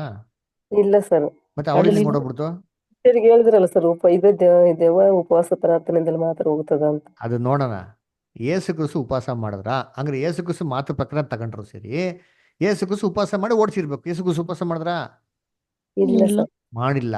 ಹಂಗಂದ್ರೆ ಆ ವಾಕ್ಯನ ಕರೆಕ್ಟಾಗಿ ಓದಿದ್ರೆ ಆ ಪದ ಇದೆ ಅಲ್ಲ, ಈ ದೆವ್ವ, ಸ್ಪೆಷಲ್ ದೆವ್ವ ಉಪವಾಸ ಮಾಡಿದಿರ ಹೋಗಲ್ಲ ಅಂತ ವಾರ್ತೆ ಒರಿಜಿನಲ್ ಬೈಬಲಲ್ಲಿ ಇಲ್ವೇ ಇಲ್ಲ. ಪುರಾತನ ಗ್ರಂಥದಲ್ಲಿ ಆ ಪದ ಇಲ್ವೇ ಇಲ್ಲ. ಇದ್ರಲ್ಲಿ ಮೆನ್ಷನ್ ಆಗ್ಯದಲ್ಲ ಸರ್. ಮೆನ್ಷನ್ ಯಾವ ಆಗಿದೆ, ಪದ? ಫುಟ್ ನೋಟಲ್ಲಿ ಕೊಟ್ಟಾರ ನೋಡ್ರಿ. ಅದು ಒರಿಜಿನಲ್ ಬೈಬಲ್ ಸತ್ಯವೇದದಲ್ಲಿ ಇಲ್ಲ ಅಂತಾನೆ ಬರ್ದವ್ರೆ. ಯಾವ ಪದ ಇರೋದು? ಅದು ಎಷ್ಟು ಆ ಥರ ಎಷ್ಟೋ ವಾಕ್ಯ ಇದೆ ಗೊತ್ತಾ ನಿಮ್ಗೆ? ಸರ್. ನಿಮ್ಗೆ ಲಿಸ್ಟ್ ಕಳಿಸ್ತೀನಿ ತಳ್ರಿ. ನಾನು 48 ವಾಕ್ಯಗಳದಾವ ಬ್ರದರ್. 48 ವರ್ಡ್ಸ್. 48 ವರ್ಸಸ್ ಇದೆ. ನಾನು ಲಿಸ್ಟ್ ಕಳಿಸ್ತೀನಿ. ಆ್ಯಕ್ಚುಲಿ ನಮಗೆ ತೊಗೊಂಡಿದ್ದೀನಿ, ಮರ್ತೋಗಿರ್ತೀರಾ. ಮೋಸ್ಟ್ ಹೋಲಿ ಫೇತ್ ಅಂತ ಕ್ಲಾಸಲ್ಲಿ ಇರ್ತದೆ. ಇಲ್ಲಾಂದ್ರೆ ಒಂದು ಲಿಸ್ಟ್ ಕಳಿಸ್ಕೊಡ್ತೀನಿ, ದಯವಿಟ್ಟು ಪಟ್ಟಿಯಲ್ಲಿ ನೋಡಿ. ಇದು ಸತ್ಯವೇದದಲ್ಲಿ ಎಷ್ಟೋ ವಾಕ್ಯಗಳು ಇಲ್ದಿರೋದನ್ನ ಜೋಡಣೆ ಮಾಡಿದ್ದಾರೆ. ಈ ಪದಗಳು ಒರಿಜಿನಲ್ ಬೈಬಲ್ ಇಲ್ವೇ ಇಲ್ಲ. ಕೆಲವೊಂದು ಕನ್ನಡ ಬೈಬಲಲ್ಲಿ ಕೆಡೆ ಕೊಟ್ಬಿಟ್ಟಿದ್ದಾರೆ, ಪುರಾತನ ಗ್ರಂಥಗಳಲ್ಲಿ ಈ ವಾರ್ತೆಗಳಿಲ್ಲ ಅಂತ. ಓಕೆನಾ? ಇಲ್ಲಿ ನೋಡಿ, ಕೆಲವು ಪ್ರತಿಗಳಲ್ಲಿ ಗಲಿಲಾಯದಲ್ಲಿ ಇರುವಾಗ ಎಂದು ಬರ್ತದೆ. ಕರೆಕ್ಟ್ ಅದೇ ಸರ್, ಮತ್ತಾಯ 17 ಸರ್. Correct sir. ಆ ಥರದಲ್ಲಿ ಎಷ್ಟೋ ವಾಕ್ಯಗಳಿಲ್ಲ. ನಾನು ಲಿಸ್ಟ್ ಕಳಿಸ್ಕೊಡ್ತೀನಿ. ಆ ಲಿಸ್ಟ್ ಪ್ರಕಾರ ನೀವೇನ್ ಮಾಡಿ, ಸತ್ಯವೇದದಲ್ಲಿ ಎಲ್ಲ ಕ್ರಾಸ್ ಚೆಕ್ ಮಾಡಿ. ಓಕೆನಾ? 21ನೇ ವಚನ ಮೂಲ ಗ್ರಂಥದಲ್ಲಿ ಸ್ವಲ್ಪ ಕಳ್ಸ್ಕೊಡಿ ಬ್ರದರ್. ಕಳಿಸ್ಕೊಡ್ತೀನಿ. ಸರಿ, ಓಕೆ. ನೆಕ್ಸ್ಟ್ ಬೇರೆ ಏನಾದ್ರು ಡೌಟ್ಸ್ ಹೇಳಿ. ನಮ್ಮ ಬಸವರಾಜ್ ಬ್ರದರ್ ಏನ್ ಹೇಳ್ತಾ ಇದ್ರಿ? ಅದೇ ಬ್ರದರ್, ಈ ವಾಕ್ಯಗಳಲ್ಲಿ ಉಪವಾಸ ಅಂದ್ರ ಬಡವ್ರ ಬಗ್ಗರಿಗೆ ಹೆಲ್ಪ್ ಮಾಡಬೇಕು. ಅವತ್ತಿನ ದಿವಸ ಕೆಲ್ಸಕ್ಕೆ ಹೋಗದಾನೆ, ಅದು ಸಬ್ಬತ್ ದಿನ ವಿಚಾರ ಬಂದಾಗ ಒಂದ್ ಮಾತು ಬರ್ತೈತೆ ಬ್ರದರ್. ಆವತ್ತಿನ ದಿವಸ ಇದ್ದಲ್ಲ ಕೆಲ್ಸನ ಇದು ಮಾಡೋದನ್ನ ಬೇರೆಯವ್ರಿಗೆಲ್ಲ ಸಹಾಯ ಮಾಡೋದ ನಿಜವಾದ ಉಪವಾಸನ ಅರ್ಥ ಬರ್ತದೆ ಅಂತ ಹೇಳಕ್ ಬಯಸಿದ್ದೆ ಬ್ರದರ್. ಇನ್ನೊಂದ್ ಪಾಯಿಂಟ್ ಏನಂದ್ರೆ, ಇದು ಇದುವರೆಗೆ ಮಾತಾಡೋದ್ರಿಗೆ ವ್ಯತಿರಿಕ್ತವಾದ ಮಾತಂತಲ್ಲ, ಇದು ಸುಮ್ನೆ ನನ್ನ ಅನುಭವದ ಮಾತುಗಳು ಬ್ರದರ್. ಯಾಕಂದ್ರೆ ನಾವು ಮೊದ್ಲೆಲ್ಲ ಈ ಏನಂತೀವಿ, ನಾವು ಬೇರೆ ಚರ್ಚ್ ಅಲ್ಲಿ ಎಲ್ಲ ಹೋಗ್ತಿದ್ವಿ ಫಸ್ಟ್ ಗೆಲ್ಲ, ನಿಮ್ ಇದನ್ನ ಆಗದ್ರ ಮುಂಚೆ ಅವರೆಲ್ಲ ಉಪವಾಸ ಮಾಡ್ರಿ, ಬರೀ ಉಪವಾಸ ಮಾಡ್ರಿ ಬರ್ರಿ ಅಂತಾರ ಪ್ರಾರ್ಥನೆಗೆ. ಅದ್ರ ಅರ್ಥ ಉಪವಾಸ ಇದ್ರೆ ನಾವು ಎಷ್ಟು ದೇಹಕ್ಕೆ ಎನರ್ಜಿ ಬೇಕು ಸಪ್ಲೈ ಆಗದಿದ್ದಾಗ ನಮಗೆ ಅನಾರೋಗ್ಯ ಈಡಾಕತ್ತೆ ಬ್ರದರ್. ಈ ಅನಾರೋಗ್ಯನ ನಮ್ ಕೈಯಿಂದನ ನಾವು ತಂದ್ಕೊಂಡ್ ಮತ್ತೆ ನೀವು ಪ್ರಾರ್ಥನೆ ಮಾಡಿ ಕಳಿರಿ ಅಂತ ಹೋದಾಗ ಅವರು ಬರೀ ಅಂತ ಸುಮ್ನೆ ಅಮೌಂಟ್ ಇಸ್ಕೊತಿದ್ರು, ಪ್ರಾರ್ಥನೆ ಮಾಡೋರು ಬರೀ ಅವ್ರ ದುಡ್ಡು ಗಳಿಸ್ತಿದ್ರು. ನಮ್ಮ ಅನಾರೋಗ್ಯ ಹಂಗೆ ಅನಾರೋಗ್ಯವಾಗಿ ಉಳಿತಿತ್ತು ಬ್ರದರ್. ಸೊ ಇಂತೆಲ್ಲ ವ್ಯವಸ್ಥೆಗಳು ನೋಡಿ ನಮಗೆ ಅದೊಂಥರ ಬೇಜಾರಾಗಿತ್ತು. ಎಲ್ಲ ನೋಡಿ ಇದು ಚೆನ್ನಾಗ ಅಂತ ನಾವ್ ಇದನ್ನ ಮಾಡಿದ್ವಿ. ಆಕ್ಚುಲಿ ಇದು ನನ್ನ ಒಂದು ಒಪಿನಿಯನ್ ಅಷ್ಟೇ ಬ್ರದರ್. ಇದುವರೆಗೆ ಮಾತಾಡೋದವ್ರಿಗೆ ಕೊಡುವಂತ ಉತ್ತರ ಆಗಿರ್ಲಿಲ್ಲ. ಹೌದು, ಖಂಡಿತ ಬ್ರದರ್. ಅದಕ್ಕೆ ದೇವ್ರ ಮಕ್ಕಳು ಏನಾಗೋದು ಅಂತಂದ್ರೆ, ಹೆಣ ಎಲ್ಲಿರ್ತಾರೋ ಹದ್ದು ಬಂದು ಸೇರೋದು. ಹದ್ದು ಏನಕ್ಕೆ ಹುಡುಕ್ತಾರೆ ಅಂದ್ರೆ ಗಟ್ಟಿಯಾದ ಆಹಾರ ಹುಡುಕ್ತಾರೆ. ನಾವೆಲ್ಲರೂ ಅದನ್ನೆಲ್ಲ ಬಿಟ್ಟು ಬಂದಿರೋದು, ಸುಳ್ಳು ಸಭೆಗಳನ್ನ ಸಂಸ್ಥೆಗಳನ್ನ ಬಿಟ್ಟು ಬಂದಿದ್ದು ಏನಕ್ಕಪ್ಪ ಅಂದ್ರೆ ಗಟ್ಟಿಯಾದ ಆಹಾರನ ಎದುರು ನೋಡ್ತಾನೆ ಬಂದಿರೋ. ಅದಕ್ಕೆ ದೇವ್ರು ನಮ್ಮ ಕೈ ಬಿಟ್ಬಿಡೋರಾ, ನಮ್ನ ಉಪವಾಸ ಮಾಡಕ್ ಬಿಟ್ಬಿಡೋರ? ಇಲ್ಲ ರೀ. ಆಹಾರ ಏನ್ ಮಾಡ್ತಾರೆ ದೇವ್ರು? ನಮ್ಗೆ ಒಳ್ಳೆ ಆಹಾರನ, ಗಟ್ಟಿಯಾದ ಆಹಾರನ ಕೊಡ್ತಾನೆ ಇದ್ದಾರೆ. ದೇವ್ರ ವಾಕ್ಯನ ಬಲವಾಗಿ ನಮ್ ಬೆಳೆಸ್ತಾ ಇದ್ದಾರೆ. ಇದಕ್ಕೆ ದೇವ್ರಿಗೆ ಮಾಡ್ತಾರೆ ಸ್ವತಃ ಪ್ರಕಾರ ಯೇಸು ಕ್ರಿಸ್ತ ಹೇಳ್ತಾರಲ್ಲ, ಏನ್ರಿ, ಯೋಹನ ಶಿಷ್ಯನರು ಉಪವಾಸ ಮಾಡ್ತಾರೆ, ನಿಮ್ ಶಿಷ್ಯನರು ಯಾಕೆ ಉಪವಾಸ ಮಾಡಲ್ಲ ಅಂದ್ರೆ ಯೇಸು ಕ್ರಿಸ್ತ ಹೇಳ್ತಾರೆ, ನೋಡಪ್ಪ ಒಂದ್ ಕಾಲ ಬರ್ತದೆ ಮದಲಿಂಗ ಜೊತೆಗಿರ್ಬೇಕು, ಅವ್ರು ಯಾಕೆ ಉಪವಾಸ ಮಾಡ್ಬೇಕು? ಮದಲಿಂಗ ಎತ್ತಲ್ಪಟ್ಟಿದ ಮೇಲೆ ಉಪವಾಸ ಮಾಡ್ಬೇಕು. ಮದಲಿಂಗ ಬಂದ್ಬಿಟ್ಟಿದ್ದಾರೆ 1874ನೇ ಇಸ್ವಿಲಿ ಮದಲಿಂಗ ಬಂದಿರ್ಬೇಕಾದ್ರೆ ನಾವೇ ಉಪವಾಸ ಮಾಡ್ಬೇಕಾ? ಅದರ ಆತ್ಮಿಕ ಉಪವಾಸನೂ ಬೇಡ, ದೈಹಿಕ ಉಪವಾಸನೂ ಬೇಕಾಗಿಲ್ಲ. ನಾವು ಎಷ್ಟು ದೀನತೆನ ತಗ್ಗಿಸ್ಕೊಂಡು ಆತನಿಗೆ ಅಧೀನರಾಗ್ತಿರೋ, ವಾಕ್ಯದ ಪ್ರಕಾರ ಬೆಳಿತಿರೋ ಅಷ್ಟೇ ಸಾಕ್ರಿ. ಆತನ ಚಿತ್ತದ ದೇವ್ರು ನಮ್ಗೆ ಖಂಡಿತವಾಗಿ ಪ್ರಾರ್ಥನೆ ಮಾಡ್ತಾರೆ, ಕೇಳ್ತಾರೆ. ಸಿಂಪಲ್ ಅಲ್ರ, ದೇವರೇ ನೀನ್ ಚಿತ್ತದಂತ ಏನಾಗ್ಲಿ ನೆರವೇರ್ಲಿ ಅಂದ್ರೆ ಖಂಡಿತವಾಗ ದೇವ್ರು ಏನ್ ಮಾಡ್ತಾರೆ? ಕೃಪೆ ದಯೆ ಇದ್ರೆ ಅದಕ್ಕೆ ಉತ್ತರ ಏನ್ ಮಾಡ್ತಾರೆ? ಕೊಟ್ಟೆ ಕೊಡ್ತಾರೆ. ನಾವು ಅದಕ್ಕೆ ಅಧೀನರಾಗ. ಆತ್ಮಿಕ ಉಪವಾಸ ಅಂದ್ರೆ ಆತ್ಮಿಕ ಅಂತ ಯಾವ್ದಿಲ್ಲ ಉಪವಾಸ ಅಂದ್ರೆ ಅದು ದೇವ್ರ ವಾಕ್ಯದಲ್ಲಿ ಏನ್ರಿ, ವಾಕ್ಯ ಇಲ್ದಿರೋದು. ಅಲ್ಲಿ ಯೇಸು ಕ್ರಿಸ್ತ ಶಿಷ್ಯನಿಗೆ ಏನ್ ಹೇಳ್ತಾರಂದ್ರೆ, ಏನ್ರಿ, ಯೇಸು ಕ್ರಿಸ್ತ ಎತ್ತಲ್ಪಟ್ಟಿದ್ಮೇಲೆ ಸಭೆಗೆ ಏನಾಗಲ್ಲ, ವಾಕ್ಯಗಳು ಸಿಕ್ಕಲ್ಲ. ಅಪೊಸ್ತಲರ ಮರಣ ಹೊಂದಿದ್ಮೇಲೆ ಅವಾಗ ಸಭೆ ಅಂತ್ಯಕ್ರಿಸ್ತ ಪೀರಿಯಡ್ ಅಲ್ಲಿ ಏನಾಯ್ತು? ಉಪವಾಸ ಇದ್ದಂಗೆ ಲೆಕ್ಕಾತಾನೆ. ಯೇಸು ಕ್ರಿಸ್ತ ಎರಡನೇ ಬರಿಕಲ್ಲಿ ಬಂದು ಏನ್ ಮಾಡ್ತಾರೆ? ಒಳ್ಳೆ ಆಹಾರ, ಗಟ್ಟಿ ಆಹಾರ ಕೊಡ್ತಾ ಇದಾರೆ. ಎಷ್ಟೋ ಸಬ್ಜೆಕ್ಟ್ಗಳು ಕೇಳ್ತಾ ಇದಾರಲ್ಲ, ಇವೆಲ್ಲ ಯಾರು ಕೊಡ್ತಾ ಇರೋದು? ಯೇಸು ಕ್ರಿಸ್ತನೇ ಕೊಡ್ತಾ ಇರೋದು, ನಾವು ಕೊಡ್ತಾ ಇದಾರ? ಅವ್ರು ಅಡಿಗೆ ಮಾಡಿ ಇಟ್ಟವ್ರೆ, ನಾವು ಪ್ಲೇಟಲ್ಲಿ ಬಡಿಸ್ತಾರೆ, ನಾವು ಕೊಡ್ತಾ ಇದೀರಿ ಅಷ್ಟೇ. ಓಕೆ, ಸರಿ. ಏನೋ ಡೌಟ್ಸ್ ಇದೆ ಹಂಗಾರೆ ಪ್ರೇಮ ಮುಕ್ತಾಯ ಮಾಡೋಣ. ಸರಿ, ಓಕೆ. ಕೊನೆಯದಾಗಿ ನಾವೊಂದು